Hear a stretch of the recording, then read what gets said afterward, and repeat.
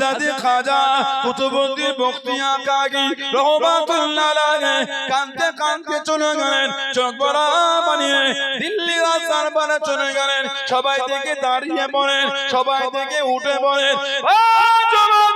আল্লাহর ওলি চোখ ভরা বানিয়ে কেঁদে কেঁদে জানিয়ে দেন, আজকে উঠা লাগবে না, আজকে দাঁড়ানো লাগবে না, সবাই বসে যান, বসে যান। আজকে আমি পীর হিসাবে আসি না দিল্লির দরবারে, আজকে আমি আসামি হিসাবে এসেছি। আজকে দাঁড়ানো লাগবে না, আজকে উঠা লাগবে না, আজকে সবাই বসে যান। আমার এই আশাটা এখন আমি পীর হিসাবে আসি না, আমি এখন দিল্লির রাজ দরবারে একটা আসামি হয়ে এসেছি। আহা, বুকটা ফেটে যাচ্ছে। আহা, এই মেয়ে কে তুমি? আমি তো চিনি না তোমায়। মুনাফিকগুলো বলে সম্পর্ক করে এখন নরম কথা বলে মন গলা। সাক্ষী থাকলে পেশ কর, সাক্ষী থেকে কেউ নেই। কাঁদতে কাঁদতে বার হয়ে গেল। খাদেম বলছে হুজুর এই ঘোড়ার পিঠে ওঠেন না, টেনে টেনে নিয়ে যায়। আমি বলি আজকে দিল্লি হেঁটে হেঁটে করবো। বেশ কিছুটা চলে গেলে আজমির শরীফের দিকে তাকিয়ে এবার কাঁদছে। খাজা হুজুর তখন হায়াতে। ওহ, চোটটা ঠিক কলিজায় লেগে গেল। হুজুর আমি লাওয়ারিস, আপনি আমার পীর এখনো জিন্দা আছেন, যে যা খুশি বলে চলে যাবে হুজুর হবে না। আপনি আমার পীর, এই বিচারটা কিন্তু আপনাকেই করতে হবে। আমার নামে জিনা তোহমত দিয়েছে, ইলজাম দিয়েছে, আপনি হায়াতে বিচার আপনাকে করতে হবে। হুজুর আমার বাড়ি চলে গেলেন, হুজুর আমার বাড়িতে ঈশার নামাজ পড়ে ঘুমিয়ে গেলেন। আল্লাহ পাকের হুকুমে গভীর রাতে স্বপ্নের মধ্যে মুলাকাত হয়ে গেল। গরিবে নবাব মাইনুদ্দিন চিশতি আজমের সঞ্জারি রহমাতুল্লাহ আলাইহি স্বপ্নের মধ্যে জানিয়ে দেন, খবরের মধ্যে জানিয়ে দেন, ও বাবা কুতুবউদ্দিন, আমি তোমাকে জবান দিলাম, আমি তোমাকে কথা দিলাম, তোমার বিচারে আসবো বাবা, তোমার বিচারে থাকবো বাবা। 3 দিনের সময় দিয়ে নাও বাবা, 3 দিনের টাইম দিয়ে নাও, আমি মাইনুদ্দিন তোমার বিচারে আসবো বাবা। ফজরের আযান হয়ে গেল। আল্লাহর ওলি ফজরের নামাজটা আদায় করে দিল্লির দরবারে চলে গেলেন। বাদশাহ শামসুদ্দিন আলতামাশ রহমাতুল্লাহকে জানিয়ে দেন, আমাকে 3 দিনের সময় দেয়া হোক, আমাকে 3 দিনের টাইম দেয়া হোক, আমার পীর আসবে বলে দে, আমার পীর বিচারে থাকবে বলে দে। ও জমাকে মুনাফিকগুলো জানিয়ে দেন, রুহানি কথা আমাদের করে বলবেন না। একই রাতে দিল্লির জমিন থেকে আজমির শরীফের জমিনে কে গেল, একই রাতে কে ফিরে চলে এলো। রুহানি কথা আমাদের করে বলবেন না। সাক্ষী থাকলে হাজির করেন, সাক্ষী থাকলে পেশ করেন, সাক্ষী তো কেউ নয়। আল্লাহর ওলি বাদশাহ শামসুদ্দিন আলতামাশ রহমাতুল্লাহ আলাইহি 3 দিনের টাইম দিয়ে দেন।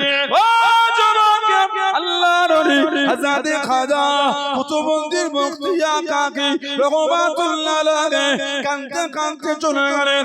রাজ্জাক দিন আসে, দিন যায় রাত আসে, রাজ্জাক দিন আসে, দিন যায় রাত আসে।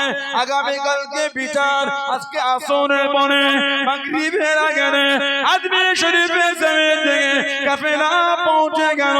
মনটা খুশি হয়ে গেল, মনটা আনন্দিত হয়ে গেল।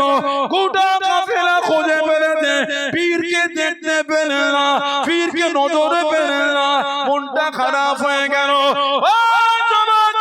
মাগরিবের আযান হয়ে গেল। আল্লাহর ওলি হযরত খাজা কুতুবউদ্দিন বখতিয়ার কাকি রহমাতুল্লাহ আলাইহি ইমামতি জায়গা দাঁড়িয়ে গিয়ে মাগরিবের নামাজটা পড়াতে লাগলেন। মাগরিবের নামাজটা পড়ালেন। মাগরিবের 3 রাকাত ফরজ নামাজ সালাম কানা ফিরিয়ে দেখেন পিছনে কাতারে গরিবে নবাব জামাতে 2 রাকাত ছেড়ে গেল।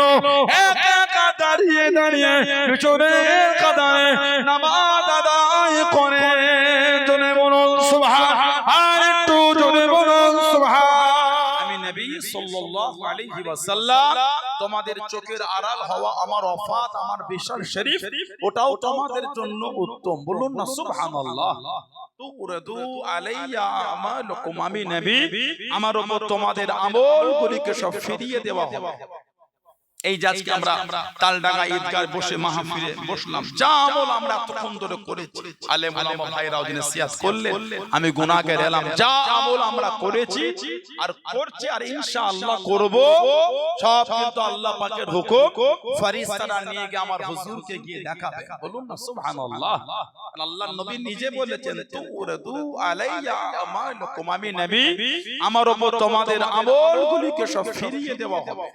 ফামা রাআইতু মিন খায়রিন, আমি রাসূল যখন তোমাদের ভালো ভালো আমলগুলিকে দেখব, তার মানে আমাদের আমলগুলিও নবী দেখেন, বলুন না সুবহানাল্লাহ, বললেন আলহামদুলিল্লাহ। আমি যখন তোমাদের ভালো ভালো আমলগুলিকে দেখব, হামিদুল্লাহ আলাইহি, আমি নবী তোমাদের ভালো ভালো আমল দেখে আল্লাহ পাকের শুকরিয়া আদায় করতে থাকব, বলুন না সুবহানাল্লাহ। ওমা রাআইতু মিন শাররিন, আর আমি রাসূল যখন তোমাদের খারাপ আমলগুলিকে দেখব, ইস্তিগফারতুল্লাহ লাকুম, আমি নবী তোমাদের হয়ে আল্লাহ পাকের দরবারে তোমাদের জন্য তওবা আর ইস্তিগফার আমি রাসূলুল্লাহ চাইতে থাকব, বলুন না সুবহানাল্লাহ।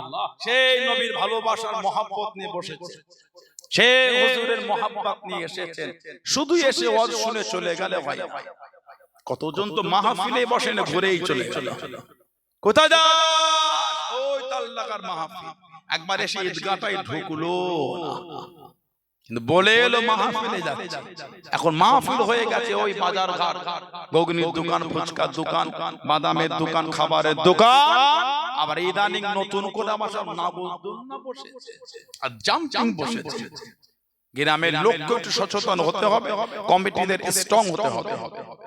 ওয়াজের মাহফিল, জলসার মাহফিল এখন অন্য রূপে রূপান্তরিত হয়ে যাচ্ছে।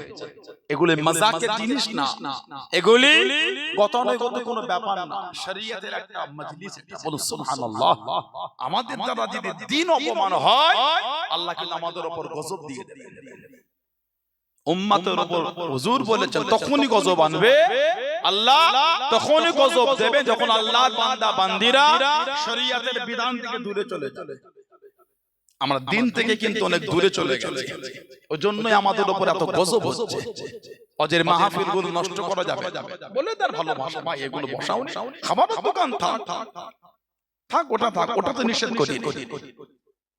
জলসায় যদি পুতুল বিক্রি হয়, এটা তো আমাদের জন্য দুঃখের বিষয়, কথা ঠিক না বলবো? জলসায় যদি পুতুল বিক্রি হয়, এটা আমাদের কষ্ট। কমিটি ভাইদের, শুধু আমি আপনার গ্রামকে বল, সব গ্রাম, যেমন আলেম ওলামাদের সচেতন হতে হবে, কমিটিকে হতে হবে, জনগণকে হতে হবে। এই তিনজন যদি ঠিক না হতে পেরেছে, আমাদের দ্বারা দিনের যদি ক্ষতি হয়ে যায়, আল্লাহ কিন্তু আমাদের উপর নারাজ হয়ে যাবে। আল্লাহ পাক আমাদের মধ্যে ভালোবাসা দেন, সকলকে আল্লাহ ভদ্র নম্রতার সাথে এগুলি বন্ধ করে পরিকৃত শরীয়তের বিধান আল্লাহ আমাদের চলা তৌফিক দান করে দেন, বলুন আল্লাহুম্মা আমিন। জলে বলেন আল্লাহুম্মা। এসে বসেছে, কিছু হলো নিয়ে একটু বাড়িতে, আল্লাহ নবী সাল্লাল্লাহু আলাইহি সাল্লাম বলে, আমি রাসূল যখন তোমাদের খারাপ আমলগুলি দেখব, ওমা রাআইতু মিন শাররিন, আমি রাসূল যখন তোমাদের খারাপ আমলগুলিকে দেখব, ইস্তিগফারতুল্লাহ লাকুম, আমি নবী তোমাদের হয়ে আল্লাহ পাকের দরবারে তওবা চাইতে থাকব। জোরে বলো। সেই হুজুরের মুহাব্বত নিয়ে এলে ভালো হয়ে ঘরে যাবে, দ্বীন তত সহজে প্রচার হয়।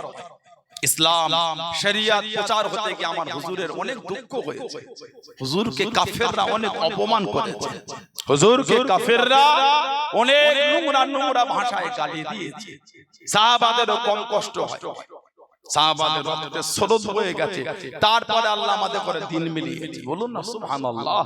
দিন কিন্তু সহজ না, হুজুরের সাহাবাদের কাফেররা এত কষ্ট দিয়েছে যেগুলো জবানে বলার মতো না। আল্লাহ নবী সাল্লাল্লাহু আলাইহি ওয়াসাল্লাম সাহাবী ছিলেন হযরত খাব্বাব রাদিয়াল্লাহু আনহু, ওনার কোমরে গোশত ছিল না, গর্ত গর্ত হয়েছিল। হযরত খাব্বাব রাদিয়াল্লাহু আনহু, ওনার কোমরে গোশত না, গর্ত গর্ত ছিল। হযরত ফারুক আযম রাদিয়াল্লাহু আনহু জিজ্ঞাসা, আয় হযরত খাব্বাব কি ব্যাপার, কোমরে গোশত না, গর্ত হয়ে আছে? হুজুর বলেছিলেন, আয় হযরত খলিফাতুল মুসলিমিন, আমি যখন মুসলমান হয়েছিলাম, কাফিররা আমাকে চিৎ করে সইয়ে দিয়ে আমার কোমরে লোহা গরম করে দিয়ে দিয়েছে। আহা, আমি খাব্বাব ওই লোহার গরমে আমার কোমরের গোশতগুলি পানি হয়ে গলে গলে চলে গিয়েছে, তারপরও আমার অন্তর থেকে ইমানের নূর তারা মুছতে পারে না। জোরে বলুন, আর একটু জোরে বলা গেল না? এটা হলো সাহাবাদের ভালোবাসা, এটা হলো সাহাবাদের মহব্বত। এত কষ্ট দিয়েছে, দ্বীনের বিধান থেকে তাদের সরাতে পারে। আমাদের কেউ কষ্টই দেয়, তারপরও আমরা নামাজ পড়ি না। সাহাবারা জীবন দিয়ে দিয়েছে, নামাজ পড়ে না। সুবহানাল্লাহ বলে। আমাদের নামাজ পড়ার জন্য বাধাই কেউ দেয় না, নামাজ বিনা বাধায় নামাজ কাজা। ওনাদের বাধা দিবার পরও আটকাতে পারে। আলহামদুলিল্লাহ বললেন। এক সাহাবী তো নামাজ পড়ছে, একটার পর একটা তীর এসে লাগছে, উনি নামাজ ছাড়ছেন না। যখন শহীদের নিকটে চলে গেলে, নামাজ যখন শেষ হলো, ওনাকে জিজ্ঞাসা করলেন, উনি বললেন কোরআন শরীফে যে অংশটা আমি তেলাওয়াত করছিলাম এত মজা লাগছিল, এই তীর লাগাটা আমার কাছে কিছু মনেই হচ্ছিল না, আমার মনটা চাইছিল কোরআন শরীফটা আরেকটু তেলাওয়াত করি। বলুন না সুবহানাল্লাহ। ওনাদের উপর আল্লাহ খুশি হয়ে বলেছে রাদিয়াল্লাহু আনহুম ফারাদুন, আমি আল্লাহ তাদের উপর খুশি, মানে হুজুরের সাহাবাদের উপর আল্লাহ খুশি হয়ে গেছে। আর আল্লাহ পাক বলছেন আমার হাবিবের সাহাবারা তারাও আমার উপর খুশি হয়ে গেছে। জোরে বলুন। আর বললেন আলহামদুলিল্লাহ। আমার হুজুরের সাহাবী ছিলেন হযরতে আবু বসির রাদিয়াল্লাহু তাআলা আনহু। হযরতে আবু বসির রাদিয়াল্লাহু তাআলা আনহু হুজুরের ভালোবাসার সাহাবী ছিলেন। ষষ্ঠ হিজরিতে একটা কাফেরদের সাথে আমার হুজুরের চুক্তি হয়েছিল, নাম হলো সুলে হুদাইবিয়া। সুলে হুদাইবিয়া, হুজুরের সাথে কাফেরদের একটা সন্ধি হলো, একটা চুক্তিপত্র হয়েছিল। আল্লাহ নবী নববী শরীফে ওয়াজ করেন, আল্লাহ নবী সাহাবাদের কোনে জানিয়ে দিয়েছেন, ও বাবা সাহাবারা, আমি নবী সাল্লাল্লাহু আলাইহি ওয়াসাল্লাম কত কালাতে স্বপ্নের মধ্যে দেখতে পেলাম, খবরের মধ্যে দেখতে পেলাম, আমি নবী সাল্লাল্লাহু আলাইহি ওয়াসাল্লাম আল্লাহ পাকের কাবা শরীফ তওয়াফ করি, আল্লাহ পাকের কাবা শরীফ তওয়াফ করি। সাহাবারা জানিয়ে দেন, ইয়া রাসূলুল্লাহ, হাবিবাল্লাহ, আল্লাহ পাকের নবী কতদিন কাবা শরীফে যায় নাই, কতদিন কাবা শরীফটা দেখি নাই, একটু যদি যেতেন আল্লাহর কাবাটাকে তওয়াফ করতাম, সামনে থেকে থেকে একটু জিয়ারত করতাম, সামনে থেকে ইবাদত করতাম। আল্লাহ নবী হাও বলেন নাই, নাও বলেন নাই, সাহাবাদের মুখে মুখে, সাহাবাদের কানে কানে খবরটা পৌঁছে গেল। আল্লাহ নবী সাল্লাল্লাহু আলাইহি ওয়াসাল্লামের দরবারে ১,৫০০ সাহাবা আল্লাহ নবীর কাছে হাজির হয়ে গেলেন। হুজুর আপনি কবে যাবেন? হুজুর আপনি কবে যাবেন? আল্লাহ নবী জানিয়ে দেন, ও সাহাবা, আমি নবী সাল্লাল্লাহু আলাইহি ওয়াসাল্লাম হাও বলে নাই, নাও বলে নাই, হুজুর একটু যদি যেতেন। আল্লাহ নবী ১,৫০০ সাহাবাকে নিয়ে টুকটুক করে পার হয়ে গেলেন। জনে বলুন সুবহান। নবীদের স্বপ্ন হলো সত্যি। হুজুর স্বপ্ন দেখছেন কাবা শরীফ তওয়াফ করে। হুজুর যেই বলেছেন, সাহাবারা বলে হুজুর চলেন না কাবা শরীফে যাই। হিজরাতের ৬ষ্ঠ বছর হুজুর বার হলে প্রথমে হুজুর গেলেন যুলহুলাইফা, এটা হলো মদিনা শরীফের মিকাত। মিকাত মানে হলো সীমানা, একটা নির্দিষ্ট জায়গা। মিকাত হলো একটা নির্দিষ্ট সীমানা জায়গা। আমরা ভারতবাসী, আমাদের মিকাতের নাম হলো ইয়া লামলাম। উলামা হযরতরা জানেন, বা যারা হজ আর উমরা ট্রেনিং এ বসেন তারা জানেন, আমাদের মিকাতের নাম ইয়া লামলাম। মানে ভারতের লোক যদি হজ করতে যায় বা উমরা করতে যায়, এই ইয়া লামলামের আগে তাকে ইহরাম পরে নিতে হবে। এই ইয়া লামলাম যদি বিনা ইহরামে অতিক্রম করে হজ বা উমরার জন্য, ওই ব্যক্তিটাকে একটা দম দিতে হবে, মানে একটা পশুকে জবাই করতে হবে। বিনা ইহরামে যাওয়া যাবে না হুদুদে হারামের মধ্যে। এই আপনার মিকাত অতিক্রম করবে। মদিনা শরীফের লোকেদের মিকাতের নাম হলো যুলহুলাইফা। আল্লাহ নবী সাল্লাল্লাহু আলাইহি ওয়াসাল্লাম এই ১,৫০০ সাহাবাদের নিয়ে যুলহুলাইফায় গেলেন। ইহরাম হয়ে গেল, এবার হুজুর আগিয়ে যাবেন। হুজুর পেয়ে গেলেন কাফেররা রাস্তা আটকেছে, সামনে গেলে বাধা দেবে, যেতে দেবে না। হুজুর রাস্তা পাল্টে আল্লাহ নবী সাল্লাল্লাহু আলাইহি ওয়াসাল্লাম গেলেন এই আপনার হুদাইবিয়া হয়ে। যে হুজুর হুদাইবিয়ায় গেলে আমাদের নবীকে আটকে দিয়েছিল, কাফেররা বলল আপনাকে আমরা যেতে দেব না। হুদাইবিয়ায় হুজুরকে দাঁড় করিয়ে দিয়েছিল। ওই ১৫০০ সাহাবাদের নিয়ে হুজুর রইলেন। আল্লাহ নবী সাল্লাল্লাহু আলাইহি ওয়াসাল্লাম কোনো উপায় না পেয়ে, কাফেররা কোনো যখন কাজেই আসছে না, কোনো আলোচনায় বসে না, হুজুর সাল্লাল্লাহু আলাইহি ওয়াসাল্লাম আল্লাহ পাকের হুকুম হযরত ওসমান গনি রাদিয়াল্লাহু আনহুকে হুজুর মক্কা শরীফে পাঠালেন, যাও তুমি কি একটু মক্কা শরীফে ওই ইহুদিদের আর কুরাইশদের নেতাদের একটু বুঝাও, ওরা যেন আমাদের এই সফরটা ছেড়ে দেয়। উসমান ইবনে আফফান চলে গেলেন। উনি খুব ধনী লোক ছিলেন, কারণ একটা প্রভাব ছিল। কুরাইশরা বলল হবে না, তবে তুমি যখন চলে এসো তার ইহরাম পরে আর ওই কাবা শরীফ দেখা যায়, তুমি এক কাজ করো, তুমি তাহলে কাবা শরীফটা তওয়াফ করে চলে যাও, বাকি কারোর হবে না। উসমান ইবনে আফফান রাদিয়াল্লাহু আনহু বললেন, তওয়াফ তো আমি করব, তবে এখন না। আমি উসমান তখনই তওয়াফ করব যখন আল্লাহর নবী আমার সামনে তওয়াফ করবেন। জোরে বলুন না সুবহানাল্লাহ। কাবা শরীফটা দেখো কিন্তু তওয়াফ করে নিয়ে চলে এসেছে। আমাদের হলে কি হতো, তওয়াফটা করে নিলাম আর পরে দলবেদ আবার আসবো পরে। উনি বললেন না না, তওয়াফ করব, তবে একা না, আল্লাহর নবীর সাথে করব। আল্লাহ নবী সাল্লাল্লাহু আলাইহি ওয়াসাল্লাম কাফেরদের চুক্তি হলো, এই চুক্তির মধ্যে একটা চুক্তি ছিল, এবছর যাওয়া হবে না, আগামী বছরে আসবে না, 3 দিনে বেশি থাকতে দেব, পরের বছরও যে আসবে 3 দিন। আল্লাহ নবী শব্দ হিজরিতে বার হয়ে গেলেন। কাবা শরীফের কাছে কাছে চলে গেলেন, কাবা শরীফের সামনে চলে গেলেন। মক্কার কুরাইশরা আল্লাহ পাকের কাবা শরীফ কানা ঘিরে রেখে দিয়ে দেন। আল্লাহ নবী জানিয়ে দেন, আল্লাহ নবী শুনিয়ে দেন, ও বাবা সাহাবী, ও বাবা সাহাবী, তুমি কবিতা বলো বাবা, তুমি কবিতা বলো বাবা, তুমি কবিতা বলো বাবা।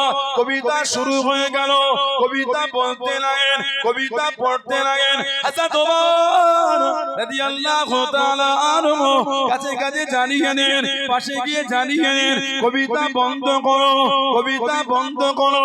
আল্লাহ নবী জানিয়ে দেন, ও বাবা সাহাবী ওমর, কবিতা বলতে বারণ করো না, কবিতা বলতে মানা করো না। আমার সাহাবী কবিতা বলার জন্য যে শব্দগুলো চয়ন করে দিয়েছে, মক্কা কাফেরদের দিনের মধ্যে, মক্কা কাফেরদের দিনের মধ্যে আমার সাহাবীর কবিতা খানা তীরের মতো আঘাত করে। জোরে বলুন সুবহান, আর একটু জোরে বলুন সুবহান। তুমি কবিতা বলতে মানা করছো, যে শব্দ যে ভাষাগুলো চয়ন করে কবিতা বলে, আমার আব্দুল্লাহ ইবনে রাওয়াহা ওর ওই শব্দগুলো কাফেরদের অন্তরে তীরের মতন ধাক্কা দিচ্ছে। বলুন না সুবহানাল্লাহ। আব্দুল্লাহ ইবনে রাওয়াহা উনি ৮ম হিজরিতে শহীদ হয়েছিলেন জঙ্গে মুতা বা মুতার যুদ্ধ। হেরাক্লিস বাদশা রোমকদের বিরুদ্ধে একটা যুদ্ধ হয়েছিল, যে ৮ম হিজরিতে ৩ জন সাহাবা একসাথে গিয়ে মুসলমান হয়েছে। হযরত খালিদ বিন ওয়ালিদ, হযরত উসমান ইবনে তালহা আর হযরত আমর ইবনুল আস রাদিয়াল্লাহু তাআলা আনহুম আজমাইন। হযরত উসমান ইবনে তালহা ওনার কাছে কাবা শরীফের চাবি ছিল। আল্লাহ নবী সাল্লাল্লাহু আলাইহি ওয়াসাল্লাম একবার বলেছে, হে উসমান ইবনে তালহা, কাবা শরীফের চাবিটা আমাকে দাও। উনি বলেছিলেন হবে না। আমার হুজুর বলেছিলেন একটা সময় আসবে দেখবে যেদিন কাবা শরীফের চাবিটা আল্লাহ আমার হাতে দিয়ে দেবেন। জোরে বলুন না সুবহানাল্লাহ। হযরত আব্দুল্লাহ ইবনে রাওয়াহা ওই যুদ্ধের সেনাপতি, ৩ জনের মধ্যে উনি একজন ছিলেন। হুজুর সাল্লাল্লাহু আলাইহি ওয়াসাল্লাম সাহাবাদের পাঠিয়েছিলেন ৩০০০, আর সেনাপতির দায়িত্ব ছিল ৩ জনের। ১ নম্বরে ছিল যায়েদ ইবনে হারেসা রাদিয়াল্লাহু তাআলা আনহু, হুজুর বলেছিলেন উনি শহীদ হয়ে গেলেন।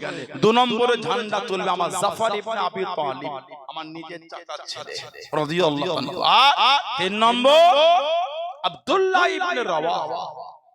হযরত আব্দুল্লাহ ইবনে রাওয়াহা যখন বাড়ি এসেছিল, মানে প্রথম দুটো সেনাপতি শহীদ হয়ে গেছিলেন, ৩ নম্বরে উনি যখন ঝান্ডা তুলে নামবে, মনের মধ্যে একটা ইতস্তত ভাব চলছে যে আমি যাব, আমিও তাহলে শহীদ হয়ে যাব। এই যে মনের অবস্থা, সঙ্গে সঙ্গে হুজুর মনকে কবিতা বলতে শুরু করলেন, এই মন, শহীদ তোকে হতেই হবে। বলুন না সুবহানাল্লাহ। মন, শহীদ তোকে হতেই হবে। তো যদি আজকের এই যুদ্ধের ময়দানে স্বইচ্ছায় যদি না যাস, তোকে জোর করে নিয়ে যাওয়া হবে, তবে শহীদ তোকে হতেই হবে। এক ফোঁটা নাপাক পানি তুই তৈরি, তোমার আমার এত অহংকার কিসের? নিজেকে কবিতা শোনা, অন্যকে নাই, নিজেকেই বলছে। আজকে যদি তুই মারা যাস, শহীদ হ, আল্লাহ তোর জায়গাটা জান্নাত করে দেবে। তবে আজকে যদি তুই বেঁচে যাস, মরণ তোর একদিন হবে। মরণ শহীদ তোকে হতেই হবে। যদি স্বইচ্ছায় না যাস, তোকে জোর করে যুদ্ধে নিয়ে যাওয়া হবে। বলুন না সুবহানাল্লাহ। ওনাকে হুজুর বলে কবিতা বলে, যেই কবিতা বলেছে ওমর ফারুক মানা করছে। হুজুর বলে মানা করুন, ওর কবিতার শব্দ চয়নগুলি কাফেরদের দিলে তীরের মতো ধাক্কা দিচ্ছে। বলুন না সুবহানাল্লাহ। ষষ্ঠ হিজরি শর্ত হলো পরের বছর আসবেন, 3 দিনে বেঁচে থাকা হবে না। আর একটা শর্ত ছিল, মক্কা শরীফের কোন লোক যদি মদিনা শরীফে যায়, ওনাকে কিন্তু ফিরিয়ে দিতে হবে। তবে মদিনা শরীফের কোন লোক যদি আমাদের মক্কা শরীফে চলে আসে, ওনাকে আমরা ফিরিয়ে দেবো না। সোশ্যাল সাইটে নেটে দেখে একটা মুসলিম মেয়ে অন্যজনের সঙ্গে বার হয়ে চলে গেল। পুরো একদম মেইনস্ট্রিম মিডিয়া গুলো খবরগুলো কভার করছে। অমুক জায়গায় মুসলিম মেয়ে অন্য ধর্ম কবুল করে সে বিবাহ করেছে, ধর্ম চেঞ্জ করেছে। মেইনস্ট্রিম মিডিয়া, ভারতবর্ষের নামকরা মিডিয়া, ছোট ছোট ইউটিউবার গুলো না, মেন মিডিয়া খবর করছে। ঠিক না? কোনো দ্বিমত নয়, কোনো দ্বিমত। একটা যদি অন্য সম্প্রদায়ের মহিলা যদি ইসলাম ধর্ম কবুল করে, সেটা গোটা ভারত হই চলছে। কেন হলো, কে করলো, কিভাবে হলো, কেন ভাই? মুসলিম মেয়েটা ধর্ম চেঞ্জ করলো, কনভার্ট হলো, তখন মুসলমানরা তোকে এইভাবে করে না। অন্যজন ইসলাম এলে অন্যজন এমন করছে কেন? নিয়ম হলো সবার জন্য হোক। ধর্ম পরিবর্তন যদি অপরাধ হয়, ব্যান্ড লাগিয়ে দেওয়া হোক, কেউ ধর্ম চেঞ্জ করতে পারবে না। ঠিক না? আমি তো অন্য সম্প্রদায়কে ছোট করি। একটা ইসলামের যখন ছেলে বা মেয়ে অন্য ধর্মে কনভার্ট হয়ে গেল, তখন আপনি বলছেন হই করে কেন হলো? আপনার খুশি হলে লিখছেন তার দায়িত্ব আমি লব, এর দায়িত্ব আমি লব, ওর দায়িত্ব আমি লব। তখন অন্য ধর্মের কেউ ইসলামে আসে, তখন লাভ জিহাদ হয়ে গেল। ঠিক বলছি না ভুল বলছি? তখন লাভ জিহাদ হয়ে গেল। আমরা তো বলিনি লাভ জিহাদ। যখন মুসলিম মেয়েটা অন্য ধর্মে চলে গেল, মুসলিম ছেলেটা অন্য ধর্মে গেল, ইসলাম ধর্মের অনুসারী মুসলমান, নিয়ম হলে সবার জন্য হোক, আইন হলে সবার জন্য হোক, আমাদের জন্য শুধু কেন হবে? আমিও ভারতের যতটা অধিকার রাখি, আপনিও রাখেন। যতটা আপনি ভারতের অধিকার রাখেন, আমিও রাখি। এখন বললে আমার দোষ হয়ে গেল। আপনি আপনারটা বলতে পারেন, আমি আমার বলতে পারি না। আপনাদের মধ্যে আপনার কিছু বলেছে অভদ্র হয়ে, আমাদের মধ্যে আমরা অভদ্র হয়ে বলা, সভ্য হয়ে বলবো। ইসলাম আমাকে অভদ্রতা শেখায় না, সভ্যতা শিখিয়েছে। তা বলে আমি এটা বলবো না ওই যিনি অভদ্র হয়ে বলছে ওনার ধর্ম অভদ্র শেখায়। কোন ধর্ম অভদ্র শেখায় না। ধর্ম শেখায় ভালোবাসা, ধর্ম শেখায় প্রেম, ধর্ম শেখায় মেলবন্ধন, ধর্ম শেখায় ভালোবাসা। কথা ঠিক না? এবার কি ধর্মের নাম করে অধর্ম হয়ে কথা বললে ওটা ওর দোষ। বলে তার ধর্মকে আমি ছোট বড় কথা বলছি না। আল্লাহ আমাদের ফিতনা থেকে হেফাজত করে, বলুন আমিন। বাংলাও যেন দিন দিন কেমন একটা হয়ে যাচ্ছে। কথা ঠিক না ভুল বলছি? বাংলাও যেন দিন দিন কেমন হয়ে যায়। আজকে আপনার তাল লাগাই জলসা, বাজারে গিয়ে দেখে শুধু মুসলমানরাই দোকান দিয়েছে। কথা বলছেন?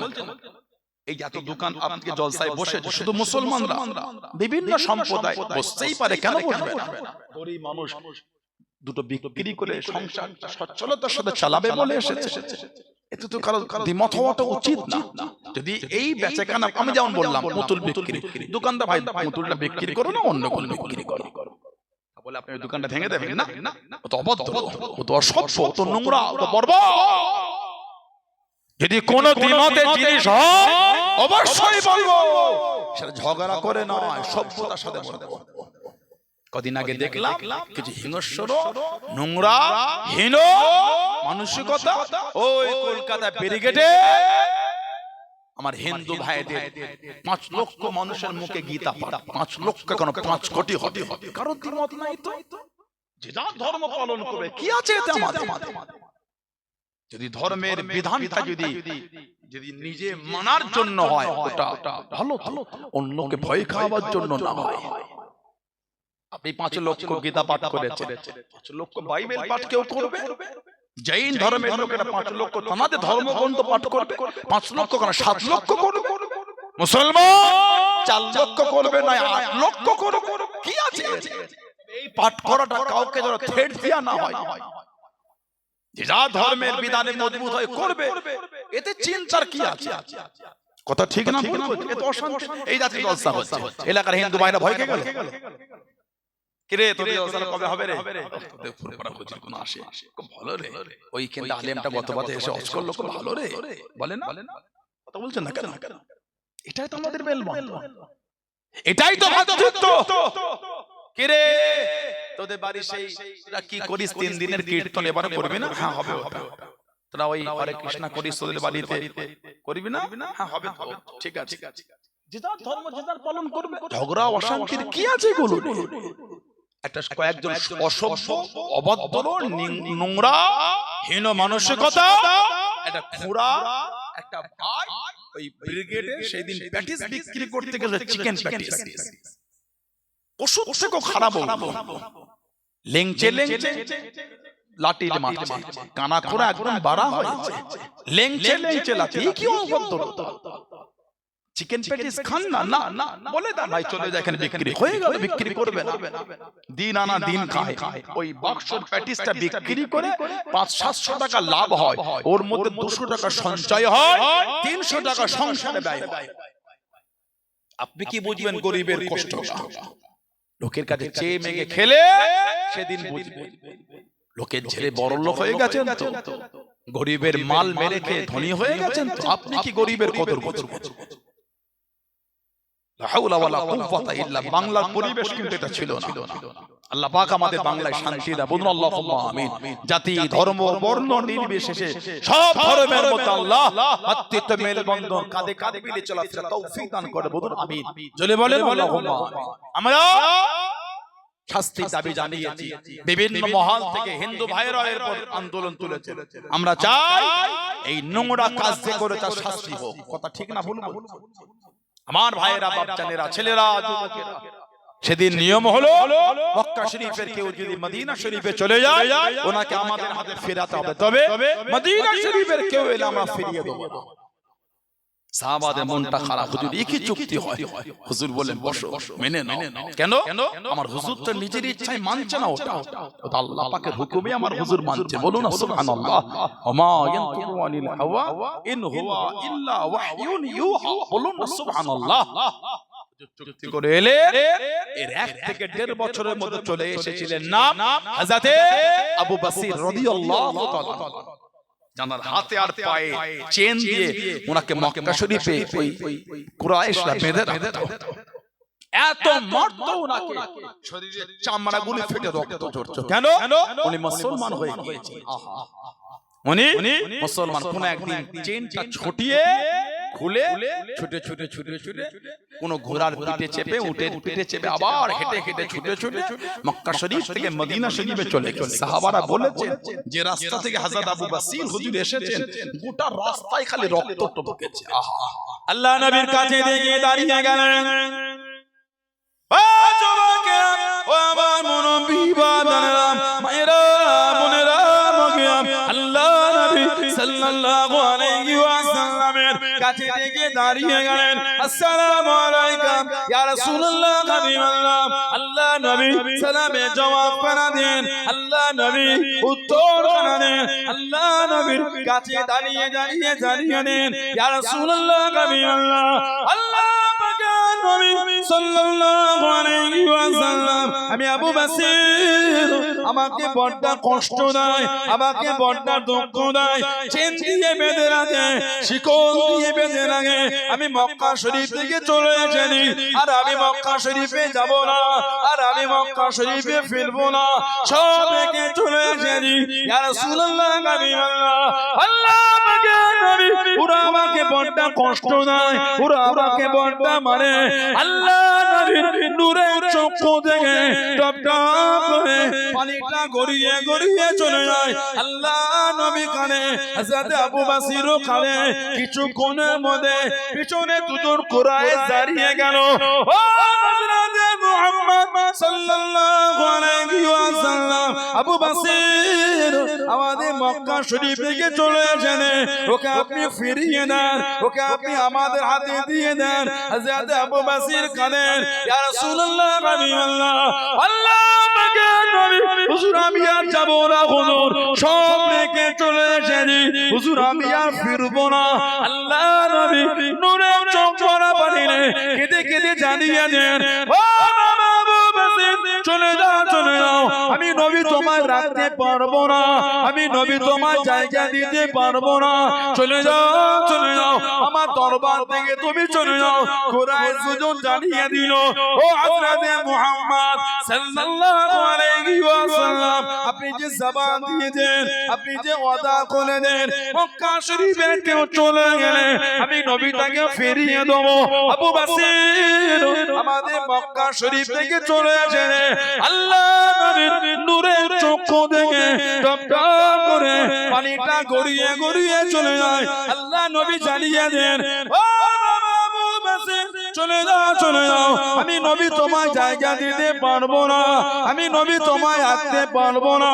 ইয়া রাসূলুল্লাহ হাবিবাল্লাহ সাল্লাল্লাহু আলাইহি ওয়াসাল্লাম, হুজুর বিয়াদি মাফ করুন, গুস্তাখিটা ক্ষমা করুন, যাব বলে আসি না হুজুর, থাকবো বলে এসেছি, হুজুর আমি আর যাব না হুজুর, আপনার কাছে থাকবো হুজুর। ওরা আমাকে বড্ড মারে, ওরা আমাকে বড্ড কষ্ট দেয়, চেন দিয়ে বেঁধে রাখে, শিকল দিয়ে বেঁধে রাখে। আল্লাহ নবী চোখ ভরা পানিতে হুজুর আমার জানিয়ে দেন, ও বাবা আবু বসির, চলে যাও চলে যাও, আমি জায়গা দিতে পারবো না। হযরত আবু বসির টুক টুক করে চলে যায়, ফিরে ফিরে কাঁদে। আল্লাহ নবী জানিয়ে দেন, ও বাবা আবু বসির, আমি নবী জানিয়ে দিলাম, আমার তরফ থেকে একদিন তুমি দাওয়াত খানা পাবে। জোরে বলুন সুবহান, আর একটু জোরে বলুন সুবহান। শুধু এসে হুজুরের দরবারে দাঁড়িয়ে সেই মক্কা শরীফ হেঁটে হেঁটে ছুটে ছুটে হুজুরের দরবার। কিতাবে এসেছে যে রাস্তা দিয়ে মদিনা শরীফে ঢুকেছে, গোটা রাস্তায় খালি রক্ত টপকেছে। হুজুরের কাছে দাঁড়িয়েছে কাফের এসে গেছে, হুজুর এই হযরত মুহাম্মদ সাল্লাল্লাহু আলাইহি ওয়া সাল্লাম আপনি তো জবান দিয়েছেন আমাদের উপরে, হুজুর পাঠিয়ে দিলে যে আমার নবীর নূরের চোখের আড়াল হলো।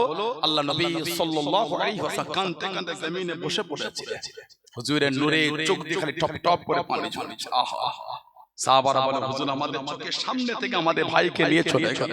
হুজুর কাঁদছেন আর বলছেন, আমি নবী তো ওয়াদার খেলাফ করতে পারবো না, কষ্ট তো আমারও হয়, কিন্তু আমি নবী তো ওদের জবান দিয়েছি। বেশ কিছুটা নিয়ে চলে গেল, দাঁড়িয়ে দাঁড়িয়ে একটু খালি রেস নিতে নিতে বসেছে তিনজন। কাফের দুটো বলে, আবু বসির, যে নবীর ভালোবাসায় এত কষ্ট করে এলে, সেই নবীও তোমায় জায়গা দিল। ওহ কি ঈমান সাহাবাদের। হযরত আবু বসির রাদিয়াল্লাহু আনহু, এই কুরাইশ বেঈমান জাহান্নামী, আমার হুজুরের প্রতি যে ভালোবাসাটা ছিল, ওই ভালোবাসাটা আমার হুজুরের প্রতি আরো বেড়ে গেল। বলুন না সুবহানাল্লাহ, আর একটু জোরে বলা গেল না? কেন? আল্লাহ নবী আমার এত কষ্ট দেখেছে, তোরা আমাকে এত মারিস, এত কষ্ট দিস, কিন্তু হুজুরের ওয়াদা ভঙ্গ করে। হুজুরের প্রতি যে আমার ভালোবাসা ছিল, ওই ভালোবাসা আমার আরো বেড়ে গেল। হুজুর আমার এত কষ্ট দেখলো, হুজুর কিন্তু হুজুরের ওয়াদার জায়গায় মজবুত আছে। বলুন না সুবহানাল্লাহ। হযরত আবু বসির রাদিয়াল্লাহু আনহু দেখছেন দুজন ব্যাগের ভিতর থেকে খাজুর বার করে খাচ্ছে। হযরত আবু বসির হুজুর বললেন, তোমাদের তলোয়ারটা কত সুন্দর, একটু আমাকে দেবে? তোমাদের তলোয়ার কত সুন্দর, একটু আমাকে দেবে? তলোয়ারটা দেয়া হলো। হুজুর দেখতে দেখতে দুটো মধ্যে একজনকে জাহান্নামে পাঠিয়ে দিয়েছে, আর একজন ওখান থেকে কোন ক্রমে ছুটে পার হয়ে গেছে। হযরতে আবু বসির রাদিয়াল্লাহু আনহু উনি দাঁড়িয়ে দাঁড়িয়ে কাঁদছেন। মক্কা শরীফও গেলেন না, আর মদিনা শরীফও যাচ্ছেন না। কেন? যদি মদিনা শরীফে যায়, আল্লাহর নবী আমাকে তো আবার পাঠিয়ে দেবেন, হুজুর তো হুজুরের ওয়াদা ভঙ্গ করবে। উনি রাস্তায় একটা জঙ্গল দেখে ওইখানটায় উনি রয়ে গেলেন। বলুন সুবহানাল্লাহ। এই খবরটা চতুর্দিকে ছড়িয়ে গেল। মক্কা শরীফে কেউ মুসলমান হলে টুক টুক করে উনার কাছে চলে আসে, মদিনা শরীফে যেত না। আবার কেউ মুসলমান হলে ওনার কাছে চলে আসে মদিনা শরীফে যেত, আবার কেউ মুসলমান হলে ওনার কাছে চলে আসে মদিনা শরীফে যেত না, মানে মদিনা শরীফে গেলেই তো হুজুর পাঠিয়ে দেবেন। কেন? হুজুর তো ওয়াদা করেছে, হুজুর তো ওয়াদার খেলাফ করবে না। ওই রাস্তা থেকে কুরাইশরা গেলে ওনারা পথ বাঁধা দিতেন। কম বেশি 300 জনের কাফেলা হয়ে গেল। এসে 300 জন এই মক্কা শরীফের কে ব্যবসায় গেলে পথে বাঁধা দিতেন। কুরাইশ আমার হুজুরকে চিঠি লিখলেন, আপনি ওদের বলে দেন ওরা যেন আমাদের পথ না আটকায়, ওরা যেখানে ইচ্ছা যাও, আমাদের কোনো বাধা নাই, তবে আমাদের রাস্তা ওরা না আটকায়। হুজুর এই চিঠিটা ওনাদের কাছে পাঠালেন, যাও ওদের বলে দাও কুরাইশদের ব্যবসায় যেন এনারা বাধা না হয়। কিতাবে এসেছে ওই গাছের পাতা ছিঁড়ে খেতে। আহা, সাহাবারা গাছের পাতা ছিঁড়ে খেতে কষ্ট করে জীবন কাটাতেন। আর গভীর রাতে হযরত আবু বসির রাদিয়াল্লাহু তাআলা ওই পাহাড়ের চূড়ায় উঠে মদিনা শরীফের দিকে বসে ঝরঝর করে কাঁদতেন আর বলতেন, আল্লাহ হুজুরের ডাকটা যে কবে আমার কাছে আসে। ওহ, বলুন না সুবহানাল্লাহ। সারা দিন কাজ কাম করতে, আবার রাত হলে ওই পাহাড়ের চূড়ায় উঠে মদিনা শরীফের দিকে দেখতেন আর কাঁদতেন আর বলতেন, আল্লাহ আমার হুজুরের ডাকটা এখনো এলো না, আমার হুজুর যে আমাকে বলেছেন হুজুর আমাকে দাওয়াত পাঠাবেন। এইভাবে নিজের জীবন থেকে একটা করে দিন অতীত করে আবার রাত হলে পাহাড়ের চূড়ায় গিয়ে কাঁদতেন। হযরত আবু বসির রাদিয়াল্লাহু আনহু অসুস্থ হয়ে গেলেন, বিছানায় পড়ে গেলেন, বিছানা শয্যাশায়ী। সাহাবারা বলছেন, এই আবু বসির এত অসুস্থ হয়ে গেলে এখনো হুজুরের দাওয়াত এলো না, তুমি যে প্রায় বলতে হুজুর তোমাকে দাওয়াত পাঠাবে, হুজুর তোমাকে ডাক থেকে পাঠাবে। হযরত আবু বসির ওই বিছানায় শুয়ে বলতেন, আল্লাহর রাসূল যখন আমাকে বলেছেন হুজুর আমাকে দাওয়াত পাঠাবে, বলুন না সুবহানাল্লাহ। আর একটু জোরে বলা গেল না? আল্লাহ নবী সাল্লাল্লাহু আলাইহি ওয়াসাল্লাম উনি সাহাবী পাঠিয়ে দিলেন, যাও আমার আবু বসিরকে বলো আমি নবী দেখেছি। হুজুর সাহাবী চলে এলেন, হযরত আবু বসিরকে বললেন যে হুজুরের দরবার থেকে সংবাদ এসেছে। এত খুশি হয়ে গেলেন, সাহাবীকে বললেন, এই হযরত আবু বসির রাদিয়াল্লাহু আনহু হুজুর আপনাকে ডেকে পাঠিয়েছে, হুজুর দাওয়াত দিয়েছে। এত খুশি হয়ে গেলেন, ওই অসুস্থ হয়ে বিছানায় শুয়ে উনি ভালোবাসায় পড়া শুরু করলেন, আশহাদু আল্লা ইলাহা ইল্লাল্লাহু ওয়াহদাহু লা শারীকা লাহু ওয়া আশহাদু আন্না মুহাম্মাদান আবদুহু ওয়া রাসূলুহু সাল্লাল্লাহু আলাইহি ওয়াসাল্লাম। হযরত আবু বসির ইন্তেকাল হয়ে গেলেন, ইন্না লিল্লাহি ওয়া ইন্না ইলাইহি রাজিউন। সেই সাহাবাদের ভালোবাসার দিকে তাকিয়ে গোটা রাস্তায় খালি রক্ত টপকেছে, ঈমানের জায়গা থেকে সরে নেই। বলুন না সুবহানাল্লাহ। আর একটু জোরে বলবেন না সুবহানাল্লাহ। আমরা তো হুজুরকে ভালোবাসতেই পারি, হুজুরের মুহাব্বত আমাদের অন্তরে তৈরি হয়। আল্লাহ নবী মদিনার জমিনে চলে গেলেন। ও যুবকেরা, ও আমার মুরব্বি বাবারা, মায়েরা, বোনেরা, বগিয়াম, মানাটা কাকে বলে, মুহাব্বত কাকে বলে? আল্লাহ রাসূলকে কারা মেনে দে, আল্লাহ রাসূলকে কারা ভালোবেসে দে। আল্লাহ নবী সাল্লাল্লাহু আলাইহি ওয়াসাল্লাম ইসলামের প্রথম যুদ্ধ দ্বিতীয় হিজরিতে চলে গেলেন, মাত্র 304 জন সাহাবা। আল্লাহ নবী সাহাবী হযরত হাবিব বিন ইয়াসাব রাদিয়াল্লাহু তাআলা আনহু যুদ্ধ করতে হুজুরের পিঠে কাঁধে একটা তলোয়ারের আঘাত হয়ে গেল, একটা তলোয়ারের আঘাত পড়ে গেল। ও যুবকেরা, ও আমার মুরব্বি বাবারা, মায়েরা, বোনেরা, বগিয়া, হুজুরের হাত কেটে চলে গেল, চামড়া ছোলা শুরু হয়ে গেল। হযরত হাবিব বিন ইয়াসাব রাদিয়াল্লাহু তাআলা আনহু হুজুরের জমিন থেকে চলে যায় না, হুজুরের জমিন কানা ছেড়ে চলে যায় না, হাতটা কেটে চলে চামড়া কানা থেকে আদে। ও যুবকেরা, আল্লাহ নবীর কাছে দেখে দাঁড়িয়ে গেলেন, আল্লাহ নবীর পাশে দেখে দাঁড়িয়ে গেলেন। আল্লাহ নবী হযরত হাবিব বিন ইয়াসাব রাদিয়াল্লাহু তাআলা আনহুর হাতটাকে লাগিয়ে দিয়ে আল্লাহ নবী ফু দিয়ে দেন, আল্লাহ নবী দান করে দেন, আল্লাহ নবী দোয়া করে দেন। আল্লাহ পাকের হুকুমে যেমন করে সুস্থ শরীর সেটা খুব হয়ে গেল। জোরে বলুন সুবহান, আর একটু জোরে বলুন সুবহান। মসজিদে নামাজে যায়, ওযু করে ওই রাস্তায় ছোট্ট পাড়া ইট উঁচু হয়েছিল, ঠোক করলে গেছে 5 মিনিট পায়ে পানি দিয়ে দিয়েছে। আর মসজিদে গেল না, খড়িয়ে করে ঘরে ওই ওয়াক্তের নামাজটাই পড়লো না। একটু হ্যাঁ গো দেন, ঠিক বলছি না ভুল বলছি? নামাজ ওই ওয়াক্তের নামাজই হলো, আর ওনার এই হাতটা কেটে ঝুলছে, ময়দান ছাড়ছে না। সুবহানাল্লাহ বলে, ওনার এই হাতটা কেটে ঝুলে গেছে। হাবিব বিন ইয়াসাফ রাদিয়াল্লাহু তাআলা হুজুরের সামনে গেলেন, হুজুর দোয়া করলেন, এই কাটা অংশটাকে তুলে যেখান থেকে কেটেছে ওইখানে হুজুর জুড়িয়ে ফু দিয়ে দিয়েছেন। আল্লাহ পাকের হুকুম সুস্থ হয়ে গেল। বলুন সুবহানাল্লাহ। শুধু সুস্থ হননি, তারপর আবার যুদ্ধ করেছে। যে কাফের হুজুরের ওইখানটায় আঘাত করেছে, ওই কাফেরকে উনি কতল করে জাহান্নামে পাঠিয়েছেন। যারা বললেন না, আমাদের সমাজে এক শ্রেণীর লোক বলে যে অন্য ধর্মের হলে কাফের, আর কাফের মানে তার উপর অত্যাচার। না, আপনি ইসলামকে বিকৃত করেছেন, ইসলাম বিকৃত করেছেন। বাংলাদেশের, পাকিস্তানের, লন্ডনের, আমেরিকা, বিভিন্ন দেশের কোন লোক যখন আমার দেশে আসে, ভিসা, পাসপোর্ট, বর্ডার ক্রস করে, কাস্টম ক্রস করে যখন আসে, সেই ব্যক্তিটাকে আমরা কি বার করে দিই? আমাদের দেশের বিএসএফ, বর্ডার সিকিউরিটি ফোর্স যারা আছেন, তারা কি তারাকে অ্যারেস্ট করে না? কেন? তার ডকুমেন্ট আছে, পাসপোর্ট আছে, ভিসা আছে, তার পারমিশন আছে। যখন কেউ অবৈধভাবে আসে, তাকে কি করে? বললে অ্যারেস্ট করে না, শাস্তি দেয় না, জেলে ভরে না। কেন বললে? এর বিনা ডকুমেন্টস, এর কোনো কাগজপত্র না।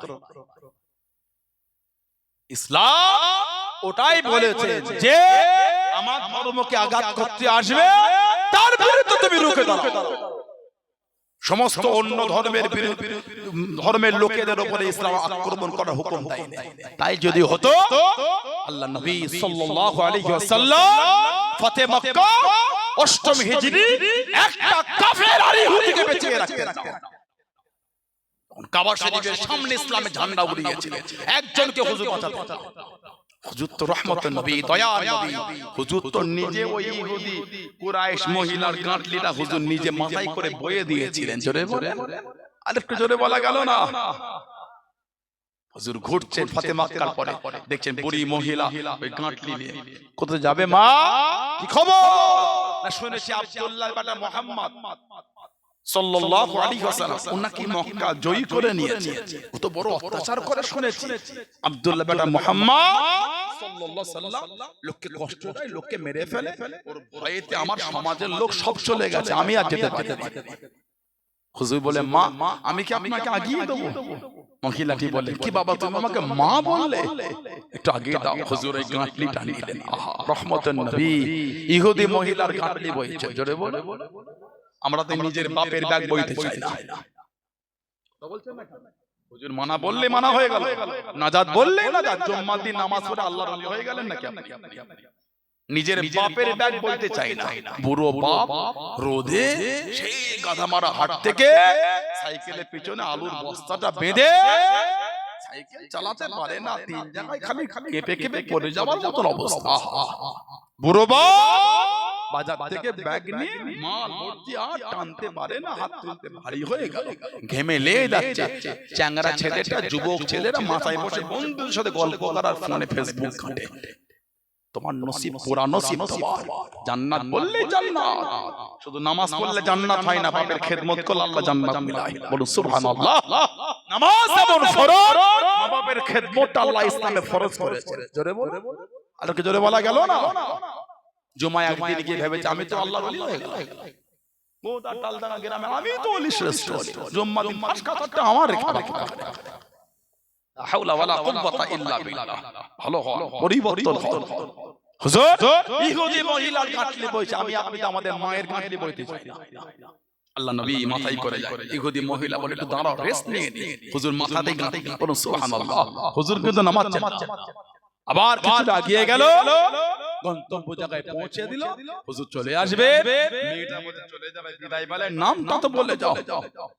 হুজুর হেসে হেসে বলছে, মা আপনি যে আব্দুল্লাহর বেটা মুহাম্মদ সাল্লাল্লাহু আলাইহি ওয়াসাল্লামের ভয়ে চলে গেলে, আমি অন্য কেউ নয়, আমি সেই মুহাম্মদ সাল্লাল্লাহু আলাইহি ওয়াসাল্লাম। জোরে বলো, আর কি জোরে বলা গেল না? হুজুরের আদর্শই ওইখানে থাকা সমস্ত মানুষ হুজুরের নূরের হাতে হাতে ঈমানের কালিমা পড়ে মুসলমান হয়েছিলেন। জোরে বলো। আপনি বলছেন ইসলাম অন্য ধর্মের লোককে মারতে শেখায়, ইসলামকে বিকৃত করছেন কেন? ইসলামকে অপব্যাখ্যা করছেন কেন? আস্তাগফিরুল্লাহ। ইসলামকে মিসগাইড করছেন কেন লোকের কাছে? যদি তাই হতো পৃথিবীতে এত যে মুসলমান কান্ট্রি আছে আপনি দেখিয়ে দেন কত মুসলিমের উপর অন্যায় অত্যাচার হচ্ছে। কথা ঠিক বলছি না ভুল বলছি? দেখিয়ে দেন কেন মিসগাইড করছে? আমার ইসলাম তো আমাকে এতটা শিখিয়েছে, ইসলাম আমাকে তো এতটা জ্ঞান দিয়েছে। আবু দাউদ শরীফের রিওয়ায়াত, কোন মুসলমান যদি কোন অমুসলিমের মাল অন্যায়ভাবে ছিনিয়ে নেয়, কোন মুসলমান যদি কোন অমুসলিমের উপর অন্যায়ভাবে অত্যাচার করে, তার মাল ছিনিয়ে নেয়, আমার হুজুর বলেছে আল্লাহ কিয়ামতের ময়দানে ওই মুসলমানের বিরুদ্ধে ওই অমুসলিমের পক্ষ নিয়ে আল্লাহর আদালতে কিয়ামতে অমুসলিমের পাশে দাঁড়িয়ে মুসলমানের বিরুদ্ধে আল্লাহ রাসূল বলে আমি বিচার করব। এটা হলো আমার ইসলাম, সুবহানাল্লাহ বলবেন। এটা হলো আমার হুজুরের আদর্শ, সুবহানাল্লাহ বলবেন।